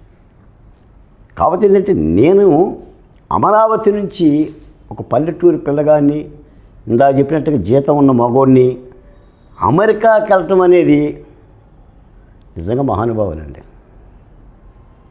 యలమంచి ప్రసాద్ గారు బహుశా మరి పోయిన జన్మలో మరి ఆయన నాకు పితృ సమానులేమో అని అనిపించింది. ఆయన భార్య సీతమ్మ. నేను యలమంచి ప్రసాద్ గురించి మాట్లాడుతుంటే, రామచంద్రుడిలాగా ఆయన గురించి నేను కీర్తిస్తుంటే, ఆమె సీతమ్మలాగా ఆస్వాదించింది ఒక సభలో. నాకు చాలా ఆశ్చర్యం వేసింది. ఎప్పుడు కూడా విసుగు చెందేది కాదండి. ఆయన నాకు డబ్బులు ఇచ్చిన ఏం అడిగేది కాదండి. ఆయన కూడా ఏంటంటే, ఈ అమరావతి ఉద్యమానికి ఒక యజ్ఞం చేశాడు అమెరికా నుంచి వచ్చి. తర్వాత అమెరికా వెళ్ళినాక నాకు తెలిసిన విషయం ఏంటంటే, ఎన్ఆర్ఐల్లో అమెరికాలో మొట్టమొదటి అమరావతి సంఘీభావ సభ పెట్టింది యలమంచి ప్రసాద్ గారు. ఆ ఉద్యమానికి అండగా ఉండాలి, రాష్ట్రం బతకాలంటే అమరావతి ఉండాలి అని ఆయన సభ పెట్టి, జూమ్ మీటింగులు పెట్టి, ఆ జూమ్ మీటింగులు నన్ను ఆహ్వానించి చేశాడు. అంటే ఇదంతా ఘనాతి ఘనంగా చరిత్ర చెప్పుకోవటం కాదండి. సమాజమే నడిపించింది. సుభగర్ గారు మీరు పెద్దలు, మీరు ఎన్నో పుస్తకాలు చదివారు, మీరు చెప్పేంతలోని కాలే కానీ జీవితం రవివర్మ చిత్రపటం కాదండి, అందంగా గీసుకున్న చిత్రపటం కాదు. ముందు చిత్తుపటమే ఉంటుంది. ఆ చిత్తుపటాన్ని అందంగా గీసుకుంటావా లేదనేది నీ చేతిలో ఉంటుంది. రాయిని శిలగా మార్చడం అనేది శిల్పి చేతిలో ఎలా ఉంటుందో, your health is in your hand, నీ ఆరోగ్యం నీ చేతిలో ఉంటుంది, డాక్టర్ చేతిలో ఉండదు. అలాగనే ఈ సమాజం, ఈ ప్రభుత్వాలు, ప్రజలు, భవిష్యత్తు తప్పనిసరిగా మన జీవితాల్లో ఉంటాయి. అంటే అనుకోనో ఏముందండి, జీవితం అలా అయిపోయింది. ఈ మహానుభావుల గ్రంథాలు చదివి నాటి నుంచి నేటి వరకు ఏదైతే జగన్మోహన్ రెడ్డి తాను ముఖ్యమంత్రి అవ్వాలి, ఒక్క ఛాన్స్ అనేది ఏదైతే మొత్తం కుటుంబం అంతా ఆంధ్ర రాష్ట్ర వ్యాప్తంగా పర్యటించి ఒక్క ఛాన్స్ అనే నిదానం ఏదైతే ఆనాటి రాజకీయ పార్టీ, ఆనాటి ప్రభుత్వంలో పెద్దలు జగన్మోహన్ రెడ్డి వస్తే ఇక్కడ నుంచి రాజధాని తీసుకెళ్తాడు అనేది కూడా బహిరంగ సభలో చెప్పారు. దానికి మేము ఇక్కడ ఇల్లు కట్టుకుంటున్నాము, మా నాయకుడు ఇక్కడ ఇల్లు కట్టుకుంటున్నాడు, మేము ఎట్టి పరిస్థితుల్లో ఇక్కడ నుంచి కదిలిచ్చే ఉద్దేశం లేదు, చంద్రబాబు నాయుడు అసలు ఇక్కడ సొంత ఇల్లు లేదు, అద్దెంట్లో ఉంటున్నారు, మా డెడికేషన్ అమరావతి పట్ల అనేది ఆ ఇల్లు కట్టుకుంటమే ఒక సజీవ సాక్ష్యం. ఫ్లోర్ ఆఫ్ ద హౌస్ అది ఇంకొక 10,000 20,000 ఎకరాలు ఇంకా అదనంగా తీసుకోండి, రాజధానికి ఇంకా భూమి కావాలి, నేను మనస్ఫూర్తిగా అంగీకరిస్తున్నానని చెప్పేసి అసెంబ్లీ సాక్షిగా ఆనాటి ప్రతిపక్ష నాయకుడు చెప్పిన జగన్మోహన్ రెడ్డి ఆ తర్వాత కాలంలో ముఖ్యమంత్రి అవ్వటం, అయిన తర్వాత 3 రాజధానుల పల్లవి గుడ్డతో గొంతు కోసినంత అంత సింపుల్గా ఆ నేల మీద ఉండి అక్కడి నుంచి అసెంబ్లీకి వెళ్తూ, ఆ నేల మీద అక్కడి నుంచి సెక్రటేరియట్కి వెళ్తూ వాళ్ళని చూడకుండా ఆ నేల మీద జరుగుతున్న విధ్వంసం అసలు ఏంటి మీ బాధ అని చెప్పేసి ముఖ్యమంత్రి స్థానంలో కూర్చున్న వ్యక్తి ఒక్కసారి కూడా ఆ నాయకులను కానీ ఆ మహిళలను కానీ ఏంటమ్మా అని అనకుండా, వాళ్ళ ఇంకా చూడకుండా పరదాలు చాటున మాటున సచివాలయంకి వెళ్ళినటువంటి ఒక ముఖ్యమంత్రి అదే నేల మీద, వాళ్ళు దానం చేసిన నేల మీద నుంచుని అసెంబ్లీలో 3 రాజధానుల ప్రకటన చేయటం, ఆ సాహసం, దాన్ని ఉద్యమకారులుగా మీరు, మహిళలు, యలమంచిలి ప్రసాద్ గారు లాంటి పెద్దలు మొత్తం కలిసి మొత్తం మీద భారతదేశానికి మరొక స్వతంత్ర సంగ్రామ పోరాటం జరిగింది. ఇప్పుడున్న యువత కానీ ఇప్పుడున్న మన ఏజ్ వాళ్ళు ఆ ఉద్యమంలో అప్పుడు లేవు, పెద్దలు మన తాతలు ఉన్నారు. కానీ ఈ అమరావతి ఉద్యమంలో ఈ ఆంధ్రప్రదేశ్ కాపాడుకోవటానికి మొత్తం సమాజం, కులం, మతం, ప్రాంతం ఏ రకంగా ఎన్ని రకాల వర్గాలుగా ఎన్ని రకాల కులాలుగా విభజించాలి, ప్రాంతాలకు విభజించాలని చెప్పేసి ఆనాటి జగన్మోహన్ రెడ్డి శిబిరం ప్రయత్నం చేసినప్పటికీ కూడా విడివిడిగా అక్కడ కులం పనిచేయాలా, మతం పనిచేయాలా, ప్రాంతం పనిచేయాలా, ఏ విద్వేషము కూడా రగల్చకుండా దాన్ని బూడిద చేసేసి ఒక స్వతంత్ర పోరాటానికి నాంది పలికినటువంటి ఎన్నికల్లో ప్రజలు ఏకపక్షంగా తీర్పిచ్చారు. అయినప్పటికీ ఇప్పటికీ కూడా అమరావతి అంటే అది అందరిది, అది ఈ రాష్ట్ర రాజధాని, ఆంధ్రుడి రాజధాని అనే ఒక భావోద్వేగం, ఫీలింగ్ లేకుండా ఈ సెకన్కి ఆ నేల మీద, ఆ పేరు మీద ఇప్పటికీ అవే కుట్రలు, అవే ఈమెయిల్స్, అదే తరహా పంద నడుస్తుంది. దీన్ని అరికట్టాలంటే ఇప్పుడు మీరు నిన్నటి వరకు ఒక ఉద్యమకారుడు, ప్రస్తుతం ప్రభుత్వంలో భాగస్వామి, మీరు ఒక బోర్డుకి, సాంఘిక సంక్షేమ బోర్డుకి చైర్మన్గా ఉన్నారు. దీన్ని ఎలా చూడాలి, దీనికి ఎలా అరికట్టాలి? అతిశయోక్తి కాదు అని అంటే ఒక మాట చెప్తాను. నేను వచ్చాను,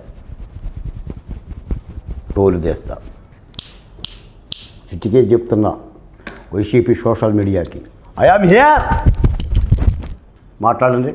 మొన్న లోకేష్ గారు చెప్పారు, సోషల్ మీడియాలో మహిళలను హనం చేస్తే తోలు తీస్తా. నేను చెప్తున్నా, తోలే కాదు తొక్క కూడా తీస్తా, చట్టాలబద్ధంగా చెప్తున్నా. నా బడుగు బహుజన కులాల జోలికి వస్తే మరింత తోలుదేస్తా. ఎందుకంటే అది వాళ్ళకి విద్య అయిపోయిందండి. నిజానికి మీరు ఇప్పుడు చెప్పినట్టుగా అధికారంలోకి రాకముందు జగన్మోహన్ రెడ్డి గారు అమరావతిని అన్న మాట అమ్మ అమ్మా అని పిలిచిండు. అధికారంలోకి వచ్చినాక నీ అమ్మ అని పిలిచిండు అమరావతి. వెరసి ఏమయ్యింది చెప్పండి? అమ్మ దూరమైంది. అతని అమ్మ దూరమైందండి. అతని చెల్లెలు దూరమైందండి. ఆయన పార్టీ నాయకులు దూరం అయ్యారండి. 30 ఏళ్ళు అధికారంలో ఉంటా 175 సీట్లు నాకే వస్తాయంటే ఏమొచ్చింది? యలహంక ప్యాలెస్లో కూర్చోవటం వచ్చింది. ఈ దేశానికి జరిగిన 79వ స్వాతంత్ర సంగ్రామ దినోత్సవాలను కూడా జరుపుకోలేని దీనావస్థకు వచ్చింది. జెండా ఎగరేలేకపోయామండి. ఎక్స్లో ట్వీట్ పెట్టుకోవటం తప్ప. ఈ పరాభవం ఎక్కడ? మీకు కొత్త మాట చెప్తాను శుభకర్ గారు. పాలకుడు తప్పు చేస్తే, ప్రభుత్వాలు తప్పు చేస్తే ఎవరు సరిదిద్దుతారు? ఇంకో పార్టీ వచ్చి సరిదిద్దిద్దా? ప్రజలే సరిదిద్దుతారు. ఈ రోజున మీరన్న చైర్మన్ పదవిలో నేను తప్పు చేసినా నన్ను సరిదిద్దేది ప్రజలే. నాకు ఇచ్చిన చైర్మన్ పదవి భాగ్యంగా భావించాలి, బాధ్యతగా భావించాలి. అది ముఖ్యమంత్రి గారు తన దార్శనికతలో ఇచ్చిందని భావించాలి. చేయగలిగితే సాయం చెయ్యాలి. నేను పదే చెప్తూ ఉంటాను నా పిల్లలకు కూడా, మంచి చెయ్యకపోతే చెయ్యకపోయావు, చెడు మాత్రం చెయ్యమాకు అని. మేము ఎంతోమందికి శిక్షణ ఇచ్చిన వాళ్ళం. తప్పనిసరిగా మీరు అన్నట్టుగా ఇప్పటికీ జరుగుతున్న అమరావతి మీద జరుగుతున్న ప్రచారం, ఆ హననం, అమరావతి మునిగిపోయింది. మరి నేను మునిగిపోలేదు. అక్కడ మనం అమరావతిలోనే ఉన్నాం. ఇప్పుడు ఈ డిబేట్ మీ ఛానల్ స్టూడియో కూడా అమరావతి రాజధానిలోనే ఉంది. 29 గ్రామాల ప్రజలు ఉన్నారు. ఇప్పుడు పిల్లర్స్ తవ్వటానికి కందకాలు తీస్తే కందకాల్లోకి పల్లాలకి నీళ్ళు రావండి. అమెరికా పోతే టెక్సాస్ కొట్టుకుపోయిందండి. భాగ్యనగరంలో వానలు వస్తే నాలాలు పగిలిపోతాయండి. వారం పాటు బయటికి జనం రారండి. బెంగళూరులో రావండి నారాయణ గారు, మద్రాసులో రావండి. సిగ్గుందండి. మునిగిపోవటం ఏంటి సార్ అసలు? మొన్నటిదాకేమో కట్టిన భవనాలని గ్రాఫిక్స్ అన్నారు. ఆ రోజున మా మహిళలందరూ చెప్పారు, వచ్చి దూకండి, చస్తారో బతుకుతారో తేలుతుందని. శ్మశానం అన్నారు. అంటే నాకు తెలిసి జగన్మోహన్ రెడ్డి గారు ఏదో అనుకున్నాడు. ఆయన్ని మన మారక ద్రవ్యాల వ్యాపారిలాగా ఆయన ఏదో భావించేశాడు. ఇక చంద్రబాబు నాయుడు గారు కోలుకోడు, ఇక పార్టీ రాదు, 23 సీట్ల తర్వాతకి వెళ్ళిపోతుంది, మనమే సర్వసైన్యాధ్యక్షులము, ఇక నేను చేసిందే రాజ్యం అని చెప్పేసి అనుకున్నాడు. నేను ఒక మాట చెప్తాను సార్, నిజానికి జగన్మోహన్ రెడ్డి గారు పాలకుడు కాదండి, చాలా లోపభూయిష్టమైన విధానాలతో పుట్టి పెరిగిన వ్యక్తి అండి. అతను ఎంపీగా పోటీ చేయటం కూడా నాకు తెలిసి బాబాయిని కొట్టిందండి. వాళ్ళ అయ్యని కొడితే బాబాయ్ రాజీనామా చేసిండు. మీకు వైఎస్ వివేకానందరెడ్డి హత్య ఏం చెప్తుంది చెప్పండి సార్? ఇప్పుడు నా తండ్రిని చంపితే, నా బాబాయిని చంపితే, నా చెల్లి వచ్చి నన్ను అడిగితే నేనేం చేస్తాను సార్? ఏమవుతుంది? 12 కేసు అవుతుందని అంటానండి ఎక్కడన్నా. ఏమన్నారు? 12 కేసు అవుతుంది అన్నాడు. నా మీద 12 కేసు అవుతుంది పోరాడు. కొన్ని ఉన్నాయి, ఇదైతే 12 అవుతుంది అన్నాడండి ఆయన. మన సునీతారెడ్డి గారే చెప్పారు కదా. ఆయన న్యాయం చేయకపోతేనే కదండి ఢిల్లీ వెళ్ళి న్యాయస్థానాలతో పోరాటం చేసింది. ఒకానొక దశలో నాకు ప్రాణహాని ఉందని చెప్పిందండి ఆమె. అన్న ముఖ్యమంత్రి చెల్లెలు ప్రాణహాని ఉంది. అమరావతి ఉద్యమంలో కూడా మహిళలు 4-5 సందర్భాల్లో మెర్జి పిటిషన్ రాసుకున్నామండి, మాకు ఆత్మహత్య చేసుకునే అవకాశం ఇవ్వండి. ఒక భయానక సిట్యువేషను. అది సాదాసీదా ఉద్యమం కాదండి. మనం రాజకీయాల్లో పడి చాలా మర్చిపోతున్నాం, వాళ్ళ త్యాగాలను మర్చిపోతున్నాం. ఈ నిందా ప్రచారం, మీరు అడిగిన ఈ నిందా ప్రచారంలో పడిపోయి, వైసీపీ వాళ్ళ యొక్క కాకికోళ్ళలో పడిపోయి, ఈ రొచ్చుగుంటలో పడిపోయి అమరావతిని గుర్తించడానికి, అమరావతిలో భూములు ఇచ్చిన రైతులు గుర్తించడానికి మనసు రావడం లేదు చాలామందికి. ఇది చాలా బాధాకరం. నిజంగా 3 ప్రాంతాల ప్రజలు తల మీద పెట్టుకొని పూజించాలి అమరావతిని. మన సేవ తిరుపతి వెంకన్న స్వామిని దర్శించుకున్నట్టుగా ప్రతి ఒక్కడు అమరావతిని దర్శించుకోవాలి. నీ గుండె రాజధాని, గుండె చప్పుడు. అది దానిని విధ్వంసం చేశాడు ఆయన. అందుకని ఆ చరిత్ర మిగలాలి. నేను ఇంకో మాట కూడా అడుగుతున్నాను సార్, మిమ్మల్ని అడుగుతున్నాను సార్. ఇప్పుడు అమరావతి రాజధాని ప్రజలు కాపాడారు, రాజకీయ పార్టీలు కాపాడినాయా? శ్రీకారం చుట్టింది, ఓంకారం చుట్టింది అమరావతి మహిళలే. కోవిడ్లో సార్ నేను చూశాను, కోవిడ్లో పాఠశాలలు లేవు. అప్పుడు 5వ తరగతి 6వ తరగతి పిల్లగాళ్ళు మా శానిటైజర్లు కొట్టేవాళ్ళు, మాస్కులు అందించేవాళ్ళు. నాకైతే ఉద్యమ నెలబాలులా కనిపించేవాళ్ళు. మీకు ఇంకో మాట కూడా చెప్తాను మీ ఛానల్ ద్వారా. నిజానికి కనుక హైకోర్టు ఆపకపోతే, లేదా అలాంటి ఉద్యమం జరగకపోతే, మళ్ళీ ప్రభుత్వం మారకుండా మళ్ళీ జగన్మోహన్ రెడ్డి వస్తే రోజుకు 10 ఆత్మహత్యలు చూసేవాళ్ళు అమరావతిలో. చచ్చిపోయేవాళ్ళండి. ఈ రాష్ట్రంలో బతకడం కంటే అమరావతి భూములు ఇచ్చిన నేరానికి ఆత్మహత్యలు చేసుకునేవాళ్ళండి. నేను చూశాను సార్. అది నేను చెప్పాను ఆ తల్లులకి అనంతవరం శిబిరంలో, ఒకచమాకండి, కన్నీరు పెట్టమాకండి. పాట పాడుదూని చెల్లెల, ఏ పాట పాడుదూని చెల్లెల, ఏ పలకరింత నవ్వు తీసి చెల్లెల, నీ పెదవి కందింతునమ్మ చెల్లెల, కాచి కాచి కంట నీరు చెల్లెల, దాన్ని కరిగిపోనీయకమ్మ చెల్లెల, ఏచి ఏచి ఏచి ఏచి చెల్లెల, వాటిని ఇంకిపోనీయకమ్మ చెల్లెలని శివసాగర్ కవితలు చెప్పి, మీ యొక్కొక్కల చరిత్ర భావితరాల భవిష్యత్తులో నిక్షిప్తమై ఒక గ్రంథం అవుతుందని చెప్పాను.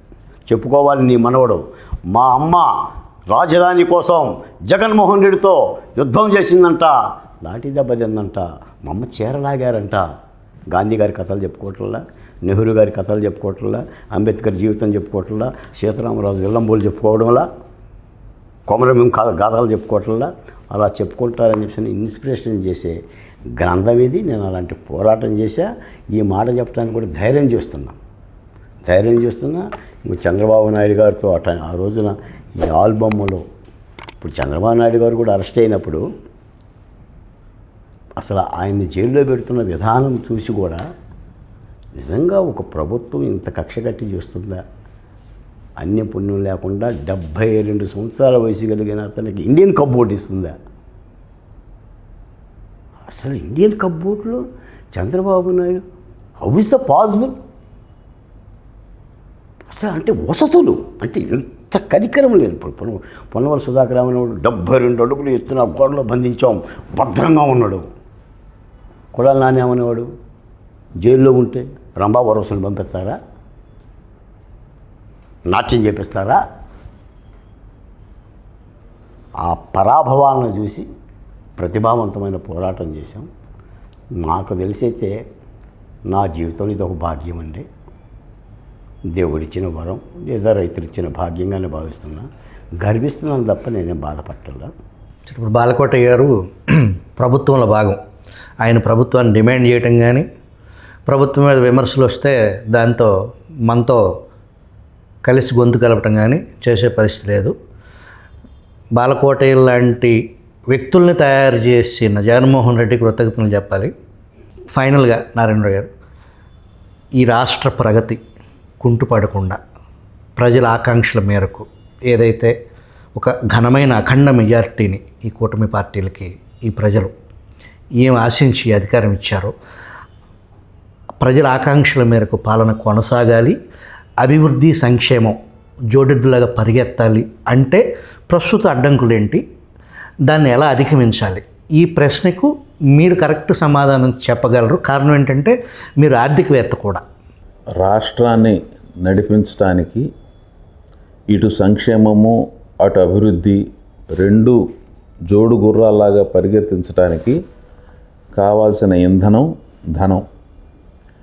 అది అప్పుల ద్వారానా లేకపోతే ఏదైనా ప్రభుత్వ తాలూకు ఆస్తులు అమ్మా, లేకపోతే ఈ కేంద్రం నుంచి ఎన్ని రకాలుగా నిధులు రాబట్టగలమో ఆ రకంగా నిధులు రాబట్టడమా, ఇదంతా కూడా ఏంటంటే ఒక తూకం వేయాలి. మనం కన్నుబోయే కాటుకు పెట్టుకోకూడదు అన్నట్టుగా మనం తీసుకొచ్చుకునే అప్పులు కానీ దాన్ని మనం ప్రతి సంవత్సరం దాని తాలూకు వడ్డీని మనం ఏమన్నా చెల్లించగలమా లేదా. అలాగే మనం ఏదైనా ఒక సంక్షేమ పథకాలు ఇవన్నీ మనం ఇస్తున్నప్పుడు ఆ సంక్షేమ పథకాలు ఏదైనా అప్పు చేసో లేకపోతే మనం ప్రభుత్వ ఆస్తులు అమ్మి మాత్రమే మనం ఆ సంక్షేమ పథకాలను కనుక కొనసాగించడం కనుక అయినట్లయితే అది నా వ్యక్తిగత అభిప్రాయం ప్రకారం అది ఒక ఇబ్బంది కలిగించే అంశం అవుతుంది అని చెప్పి నేను అనుకుంటున్నాను. ఆ తర్వాత ఈ ప్రజలు కూడా వాళ్ళ బాధ్యతను వాళ్ళు గుర్తించాలి. ఉదాహరణకి వాళ్ళకి అర్హత లేకపోయినప్పటికీ కూడా ఏదో ఆరోగ్యశ్రీ పథకం కవర్ అవుతుందని చెప్పి ఆ తెల్ల కార్డులు ఉన్న భవంతులలో నివసిస్తున్న వాళ్ళు ఉన్నారు. వాళ్ళకి అక్కర్లేకపోయినా కానీ ఇచ్చే అరకొర ఈ వంట గ్యాస్ సిలిండర్ సబ్సిడీని మీరు ఏదన్నా ఉంటే స్వచ్ఛందంగా వదులుకోండి అయ్యా, ఆ హృదయం చూపించండి అయ్యా అని అంటే ఆ హృదయం చూపించని ఎన్నో లక్షల డబ్బున్న వాళ్ళు ఉన్నారు. అలాగా ఇప్పుడు ఏంటంటే ప్రజలు వీళ్ళ బాధ్యతలు అనేది వీళ్ళు కూడా గుర్తించాలి, వీళ్ళు మారాలి. ఆ తర్వాత ఇప్పుడు ఈ కొన్ని ఇదిగో ఇవి ఈ పారామీటర్స్ కనుక ఉంటే వాళ్ళు పేదలు, ఈ పారామీటర్స్లో లేని వాళ్ళు పేదలు కాదు. కాబట్టి వాళ్ళకి ఏంటంటే ఈ సంక్షేమ పథకాలు ఇవన్నీ కూడా మేము తీసేస్తాం అని కనుక ప్రభుత్వం ఒక నిర్ణయం తీసుకుంటే దానికి సహకరించాలి ప్రజలు. వాళ్ళు ఇంట్లో కూర్చుని కాలక్షేపం చేయటానికి ఒక వర్క్ స్ట్రక్చర్ కానీ ఆ తర్వాత ఒక పని చేసే ఆ మూడ్ కానీ లేని పరిస్థితుల్లోకి ఈ ప్రభుత్వాలు కనుక తీసుకెళ్ళినట్టయితే మనకి మిగిలేది ఏ రకమైన అభివృద్ధి కాదు, ఏ రకమైన సంక్షేమం కూడా కాదని చెప్పి నేను వ్యక్తిగతంగా అభిప్రాయపడుతున్నాను. ఉదాహరణకి మనం ఈ అన్నా క్యాంటీన్ సంగతి తీసుకుంటే మేము మొట్టమొదటి నుంచి కూడా అంగవైకల్యం ఉన్న వాళ్ళకి, మరింత వృద్ధులకి, వాళ్ళ తిండి వాళ్ళు సంపాదించుకోలేని వాళ్ళకి ఎంపిక చేసి వాళ్ళకి మాత్రమే ఈ అన్న క్యాంటీన్లో భోజనాలు పెట్టాలి అని చెప్పి మేము అడుగుతాము. కానీ ఈ రోజున అక్కడ అన్నా క్యాంటీన్ దగ్గర చూస్తుంటే ఆ వరుసలు అందరూ వాళ్ళ తిండి వాళ్ళు సంపాదించుకోగలిగిన వాళ్ళే అక్కడ నిలబడి చేస్తున్నారు. అంటే మనం ఈ సంక్షేమ పథకం ఎవరికైతే మనం ఉద్దేశింపబడాలో వాళ్ళకే ఇవ్వకుండా ప్రతి ఒక్కళ్ళకి ఇస్తూ పోతున్నట్లయితే ఆ వర్క్ కల్చర్ అనేది, ఆ సంస్కృతి అనేది కూడా పోతా ఉందని చెప్పి నాకు అనిపిస్తుంది. అలాగే ఈ ఒకానొక సమయంలో స్పెషల్ స్టేటసా, స్పెషల్ ప్యాకేజా ఈ రాష్ట్రానికి అని చెప్పి ఒక ఇది వచ్చినప్పుడు చాలామంది మేధావులు స్పెషల్ స్టేటస్సే కావాలని చెప్పి అన్నారు. చంద్రబాబు నాయుడు గారు స్పెషల్ ప్యాకేజీ అయినా సరే పర్వాలేదు అన్నారు. నేను అప్పుడు చంద్రబాబు నాయుడు గారి తరఫున ఓటేశాను. ఎందుకు ఓటేశానంటే స్పెషల్ స్టేటస్ తరఫున ఆల్రెడీ కొన్ని రాష్ట్రాలకి ఏమాత్రం సహాయం అందుతుంది ప్రభుత్వం అనేది అందరికీ ఒక డేటా వచ్చేసింది. దాని ప్రకారం స్పెషల్ స్టేటస్తో అంత ఉపయోగం లేని పరిస్థితి. స్పెషల్ ప్యాకేజీ అని అంటే మనకి కావాల్సినంత నిధులు మనకి రుణ రూపంలో వస్తాయి. ఇప్పుడు మీరే ఒక వ్యక్తి అయినప్పుడు మీకు ఎవరైనా కానీ మీకు ఒక 10 రూపాయలు మేము మీకు ఉచితంగా దానంగా ఏదో రకంగా మీకు ఇస్తాము అని చెప్పి అంటే మీరు తీసుకుంటారా? మీకు 1,00,000 రూపాయలు అప్పిస్తామంటే తీసుకుంటారా? ఆ ఉచితంగా ఇచ్చేది ఏంటంటే ఆ క్షణంలో అయిపోతుంది. 1,00,000 రూపాయలు అప్పుగా ఇచ్చినా కానీ ఆ 1,00,000 రూపాయలతో మనం ఏదో ఒక పని చేసి దాని నుంచి మళ్ళీ ఇంకా అధిక ఆదాయం పొందొచ్చు. కాబట్టి చంద్రబాబు నాయుడు గారు ఒక ఆర్థిక శాస్త్రవేత్తగా దానికి ఓటేశాడు. దానికి ఆయన ఆ రోజుల్లో విమర్శించినప్పటికి కూడా నేను కానీ నాలాంటి వాళ్ళు కానీ కొంతమంది ఆయన్ని సపోర్ట్ చేయడం జరిగింది. ఇప్పుడు ఈ పరిస్థితి మన ప్రభుత్వ ఆస్తులు అమ్మితే అది ప్రజలకి క్షేమం కాదు, ప్రభుత్వానికి క్షేమం కాదు, రాష్ట్రానికి క్షేమం కాదు. మొన్న ఈ లూలుకి ఈ రకంగా 99 సంవత్సరాలు లీజుకి ఇవ్వటం అని అంటే అది ఒక రకంగా అమ్మకం లాంటిది. మరి అదే చంద్రబాబు నాయుడు గారు తీసుకున్న ఆ నిర్ణయాన్ని మేము విమర్శించాం. ఇప్పుడు ఈ రోజున మాలాంటి వాళ్ళ విమర్శల గురించి కాదు, ఆయనే ఆత్మవిమర్శ చేసుకున్నారని చెప్పి నేను భావిస్తున్నాను. ఎందుకంటే ఆయన అటువంటి సహృదయత ఉన్న మనిషి అని చెప్పి నేను ఆయన గురించి నేను అభిప్రాయపడుతున్నా.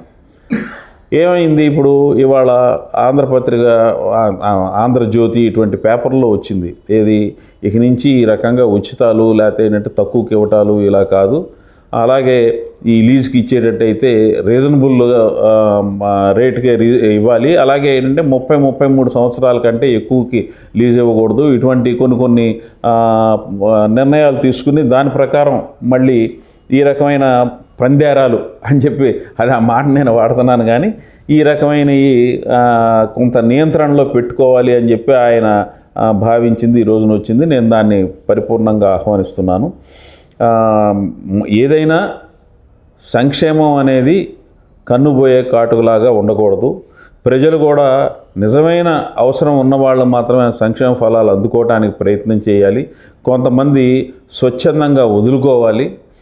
ఈ అభివృద్ధి అనేది ఖచ్చితంగా ఈ ప్రభుత్వంలో అభివృద్ధి అనేది సాధ్యపడుతుంది. ఎందుచేతంటే ఈ ప్రభుత్వాన్ని నడిపిస్తున్న చంద్రబాబు నాయుడు గారు కానీ మిగిలిన వాళ్ళు కానీ వాళ్ళకి ఈ వివిధ ప్రాంతాల నుంచి వివిధ దేశాల నుంచి పారిశ్రామికవేత్తల్ని వాణిజ్యవేత్తల్ని పెట్టుబడులు ఇక్కడికి వచ్చేలాగా ప్రోత్సహించగలిగిన ఆ నెట్వర్క్ ఉంది, వాళ్ళని ఆకర్షించగలిగిన ఆ ప్రతిభ కూడా ఉన్నది. మనం అది ఈ మధ్యకాలంలో చూస్తున్నాము. ఖచ్చితంగా ఈ అభివృద్ధి అనేది వస్తుంది. ఈ అభివృద్ధి అనేది కూడా ఏ రకంగా రావాలి అనేది, అంటే నిర్మాణాత్మకమైన అభివృద్ధి కావాలని చెప్పి కూడా మేము ఆశిస్తున్నాము. ఎందుచేతంటే ఒక కుటుంబం ఉంటుంది, ఆ కుటుంబానికి ఆ గృహస్థు ఉంటాడు, గృహస్థ ఆదాయం ఉదాహరణకి ఏంటంటే ఒక 10,000 రూపాయలు. ఆ 10,000 రూపాయలని దేనికి ఖర్చు పెట్టాలి, ఇదిగో అద్దెకి ఎంత ఖర్చు పెట్టాలి, భోజనానికి ఎంత ఖర్చు పెట్టాలి, ట్రాన్స్పోర్ట్కి ఎంత ఖర్చు పెట్టాలి, పిల్లలకి ఫీజులు కట్టడానికి ఎంత ఖర్చు పెట్టాలనేది ఆ 10,000 రూపాయల్లో బడ్జెట్ వేసుకుంటాడు. సరే ఒరే అబ్బాయి, నీకు ఇంకా కొంచెం అవకాశం ఉంది, నీ దాంట్లో ఒక 1,000 రూపాయలు మిగిలింది, ఆ 1,000 రూపాయలు ఏం చేస్తావు అని అంటే, ఆ 1,000 రూపాయలు ఎంత తొందరగా ఏదైనా ఇన్వెస్ట్ చేస్తే ఎంత తొందరగా మళ్ళీ వెనక్కి వస్తుంది అనేది అది ఆలోచించి చేస్తాడు. ఇప్పుడు ఒక బ్యాంకులో ఫిక్స్డ్ డిపాజిట్ వేస్తే దానికి రూపాయి రావాలంటే 7 ఏళ్ళు పడుతుంది, 8 ఏళ్ళు పడుతుంది. అదే ఏదైనా బంగారంలో పెడితే ఆ 1,000 రూపాయలు రావడానికి ఒక 5 ఏళ్ళు పడుతుంది, 1,000 రూపాయలు 2,000 అవటానికి. అదే ఏం చేస్తే తొందరగా అవుతుంది అనేది ఆ గృహస్థు నిర్ణయించుకుంటాడు. ప్రభుత్వంలో కూడా ఆ రకమైన నిర్ణయాలే రావాలి. ఒక ఇండస్ట్రీ పెడితే ఆ ఇండస్ట్రీకి ఇచ్చే రాయితీల మూలంగా, అలాగే ఒక వాణిజ్య సంస్థ పెడితే ఆ వాణిజ్య సంస్థకి ఇచ్చే రాయితీల మూలంగా దాని నుంచి ఎంతవరకు ప్రభుత్వానికి ఆదాయం పెరుగుతుంది అనేది చాలా నిశ్చితంగా గమనించాల్సిన విషయం. మనం ఈ రోజున ఒక కార్మికుడిని, ఒక శ్రామికుడిని, ఒక ఉత్పత్తిదారుణ్ణి మనం తయారు చేయాలి, కానీ ఒక డిపార్ట్మెంట్ స్టోర్లోనో ఒక మాల్లోనో ఒక సెక్యూరిటీ గార్డ్ని లేకపోతే ఏంటంటే ఒక సేల్స్ బాయ్ని మనం తయారు చేయకూడదు. మనం దేని మీద తయారు చేస్తే ఒక నిజమైన సంక్షేమం వస్తుంది, నిజమైన అభివృద్ధి వస్తుంది అనేది మనం ఖచ్చితంగా పరిశీలించుకోవాల్సిన, ఆత్మవిమర్శ చేసుకోవాల్సిన అవసరం కూడా ఉంది ఇవాళ ఉన్న వ్యవస్థకు అని చెప్పి నేను ఆశిస్తున్నాను. మేము ఒక రోడ్డు వేస్తారు, ఆ రోడ్డు మీద ఈ టోల్ గేట్ ఉంటుంది. ఆ టోల్ గేట్కి సంబంధించి ఆ రోడ్డు వేయడానికి అయ్యే ఖర్చు ఒక 10 ఏళ్ళు 15 ఏళ్ళు పడుతుంది. అదే ఒక పొలానికి నీరు కనుక అందించినట్టయితే ఆ పొలంలో 3 నెలలకు ఒకసారి 3 నెలలకు ఒకసారి చొప్పున, లేకపోతే 4 నెలలకు ఒకసారి చొప్పున ఒక 3 పంటలో 4 పంటలో అంతర్ పంటలో ఏయో ఒకటి పడినట్టయితే ఆ పంటల మూలంగా వచ్చే ఆ ఉత్పత్తి దాంట్లో ఏంటంటే ప్రభుత్వం కొంత వాటా తీసుకుని కొంత వాటాని ఏంటంటే ఈ వాళ్ళకే ఇచ్చేసేసి అలాగా ఏంటంటే చేస్తే ఈ ప్రభుత్వం తీసుకునే ఆ వాటా మూలంగా ఆ నీరందించడానికి అయ్యే డబ్బు అది ఒక రోడ్డు వేయటానికి అయ్యే దీంతో కంటే తొందరగా ప్రభుత్వానికి తిరిగి వస్తుంది. అయితే అలాగని ఇది వేయటం ఆపకూడదు, అది చేయటం ఆపకూడదు. ఏది ఎంత చెయ్యాలి అనేది చాలా ఒక తూకం వేసినట్టుగా చేసుకోవాల్సిన అవసరం, దానికి చాలా ఆర్థిక శాస్త్రవేత్తలు వీళ్ళందరూ కూడా చెప్పాల్సిన అవసరం ఉంది. దీనికి సంబంధించి ఈ ఆర్థిక శాస్త్రవేత్తలు కానీ ఇంకా ఇతరతర రంగాల్లో వాళ్ళు కానీ సరైన సూచనలు ఇవ్వాలి. చాలా దేశాల్లో ఒక సమాంతర సలహా వ్యవస్థలు నడుస్తూ ఉంటాయి. అంటే ఇదిగో వైద్య రంగంలో బాగా అనుభవం ఉన్నవాళ్ళు ఒక కమిటీ, రహదారులు భవనాలు నిర్మించడంలో అవగాహన ఉన్నవాళ్ళు, ఆనకట్టలు నిర్మించడం ఉన్నవాళ్ళు, వ్యవసాయంలో ఉన్నవాళ్ళు, వైద్య రంగంలో ఉన్నవాళ్ళు, ఇట్లా వీళ్ళందరూ కూడా ఏంటంటే స్వచ్ఛందంగా కమిటీల్లాగా ఏర్పడి వీళ్ళు ప్రభుత్వం అడిగింది అడగలేదు అన్నదాంతో సంబంధం లేకుండా ఎప్పటికప్పుడు ప్రభుత్వానికి సలహాలు సూచనలు ఖచ్చితంగా ఇవ్వాల్సిన అవసరం ఈ రోజున ప్రజల్లో ఉన్న మేధావులకు ఉంది. మేధావులు ఏంటంటే ఆ పని చేయట్లేదని కూడా నేను భావిస్తున్నాను. సుభకర్ గారు, ఇది అమరావతి ఉద్యమ పుస్తకం. అమరావతి ఉద్యమంలో పాల్గొన్న రాజకీయ పార్టీలు, ఇది ఒకసారి జూమ్ చేసుకున్న అవకాశం ఈ పేజీని చంద్రబాబు నాయుడు గారు, పవన్ కళ్యాణ్ గారు, పురంధేశ్వరి గారు, ఇలా అందరికీ కూడా ఆ రోజున భాగస్వామ్యం కలిగిన కమ్యూనిస్టు పార్టీలు, జేఏసీలు, ఇంకొండి జేఏసీ నాయకులు, వీళ్ళంతా కూడా అమరావతిలో వీళ్ళందరూ మీకు తెలుసు. అలాగనే మహిళలు మీ ఛానల్లో మాట్లాడే వరలక్ష్మి గారు, రాయపాటి శైలజ గారు, గద్దె ప్రభావతి గారు, ఇలా వీళ్ళందరి గురించి కూడా న్యాయవాదులండి. ఉన్న మురళీకృష్ణ గారు ఉచితంగా అమరావతి కేసుల గురించి వాదించారండి. పరశూరి కిరణ్, ముప్పాల సుబ్బారావు గారు, ఇదిగో మా భోజనం చేసి మెంబర్లు, శ్రేయోభిలాషులు, ఇతర ప్రాంతాల్లో అమరావతి కోసం కష్టపడ్డ వాళ్ళు, వీళ్ళందరినీ కూడా ఇందులో పేరు చేసామండి. అమరావతి ఉద్యమంలో అసూలు వాసిన వాళ్ళండి. గద్దె ప్రభావతి గారు, మార్టిన్ గారు, కుండబద్దల సుబ్బారావు గారు, పెద్దపెరిమి బాలయ్య గారు, సబ్బం హరి గారు అమరావతికి చాలా అండగా ఉండేవాడు. కోవిడ్లో చనిపోయారు. విజయకుమార్ గారు, బొప్పన పార్వతమ్మ గారు, నేను చెప్పాను కదా అంతవరకు పార్వతమ్మ గారు, గోసాల ప్రసాద్ గారు హైదరాబాద్, ఇదిగోండి కూరగాయలు అంచిన నల్లపల్లి కోటేశ్వరరావు గారు, ఇంకోండి దళితులు doctor Sudhakar, doctor Achchenna, driver Subrahmanyam, Abdul Salam, శిరోమండనం, ఇలా వీటన్నిటి సందర్భంగా తర్వాత ఈ పుస్తకానికి నాకు ఇచ్చిన ముందు మాటలు మీకు ఇదిగోనండి యలమంచి ప్రసాద్ గారి అంకితం పేజీ. అలాగనే చంద్రబాబు నాయుడు గారి యొక్క సందేశం అండి ఈ అమరావతి ఉద్యమానికి. చంద్రబాబు నాయుడు గారి పుస్తకం చూసి మరీ రాసిచ్చాడు. పవన్ కళ్యాణ్ గారు పుస్తకం చదివి తన సందేశం రాసిచ్చాడు. అలాగనే ఈనాడు ఎడిటర్ నాగేశ్వరరావు గారు, ఆంధ్రజ్యోతి ఎడిటరు రాహుల్ గారు, ఇలా అన్ని అంశాలు మన డాక్టర్ శేషయ్య గారు, పాములపాటి శేషయ్య గారు పారిశ్రామికవేత్త, ఆనాడు చంద్రబాబు నాయుడు గారు. ఇది విధ్వంసం సభ అండి. విధ్వంసం సభలో నేను, చంద్రబాబు నాయుడు గారు, లోకేష్ గారు, నా అమరావతి గర్జన సభలో రచయితగా నా మాట, ఇలా అన్ని ఉదంచి ఒక అద్భుతమైన పుస్తకం అండి. 300 పేజీల పుస్తకం, 250 రూపాయల ధర. రాష్ట్రంలో అన్ని లైబ్రరీలో కూడా అందుబాటులో పెట్టాం. విశాలాంధ్ర, ప్రజాశక్తిలో. తప్పనిసరిగా ఈ పుస్తకాన్ని తెలుగులో ఆదరించాలండి. ఏమైనా అవకాశం ఉంటే జగన్మోహన్ రెడ్డి గారు కూడా ఈ పుస్తకాన్ని చదవాల్సిన అవసరం ఉంది. కలిసి ఆయనకి స్వయంగా అందజేయండి. నాకు ఏమన్నా అవకాశం ఇస్తే, డబ్బులు అయితే ఎవరు కానీ ఆయన రామకృష్ణారెడ్డి గారి కన్నా ఇస్తే, మీ పుస్తకం కొనే అంత డబ్బులు ఆయన దగ్గర లేవు. ఉచితంగా మీరు నేను ఉచితంగా ఇవ్వను. సంతకం పెట్టి ఆయన వరకు జగన్మోహన్ రెడ్డి నేను ఉచితంగా ఇవ్వను సార్. నా 250 రూపాయలు 250 నేను ఇస్తా, జగన్మోహన్ రెడ్డి గారికి ఇవ్వండి తీసుకెళ్ళి. ఆ పనైనా చేయాల్సిన అవసరం ఉంది. సరే, చివరిగా ఆంధ్రప్రదేశ్ ప్రభుత్వ సామాజిక సంక్షేమ బోర్డు చైర్మన్గా మీరు సామాజికంగా సరిగ్గా అర్హులైన వారు, ఇందాక నారాయణరావు గారు చెప్పినట్టు అర్హత ఉన్నవారికి మాత్రమే మీ బోర్డు ద్వారా వాళ్ళకి ఊరట కలిగించాలి అని కోరుకుంటూ, అమరావతి స్టూడియోలో ఇంతసేపు మీ పుస్తక సమీక్ష, నారాయణరావు గారి అనుభవాలు, మనం ఆనాటి స్వతంత్ర పోరాటం నుంచి గాంధీ గారి టైం నుంచి మొన్నటి మహోద్యమ అమరావతి ఉద్యమం వరకు ముచ్చటించుకున్నాం. Thank you very much. మీరు స్టూడియోకి వచ్చినందుకు ధన్యవాదాలు. ప్రత్యేకమైన ధన్యవాదాలు సుభకర్ గారు. మమ్మల్ని మీ స్టూడియోకి ఆహ్వానించి నా పుస్తకం గురించి, గుండె లబ్డబ్ గురించి, అలాగనే నారాయణ గారి యొక్క స్పందన గురించి అవకాశం కల్పించినందుకు మీకు కూడా ధన్యవాదాలు.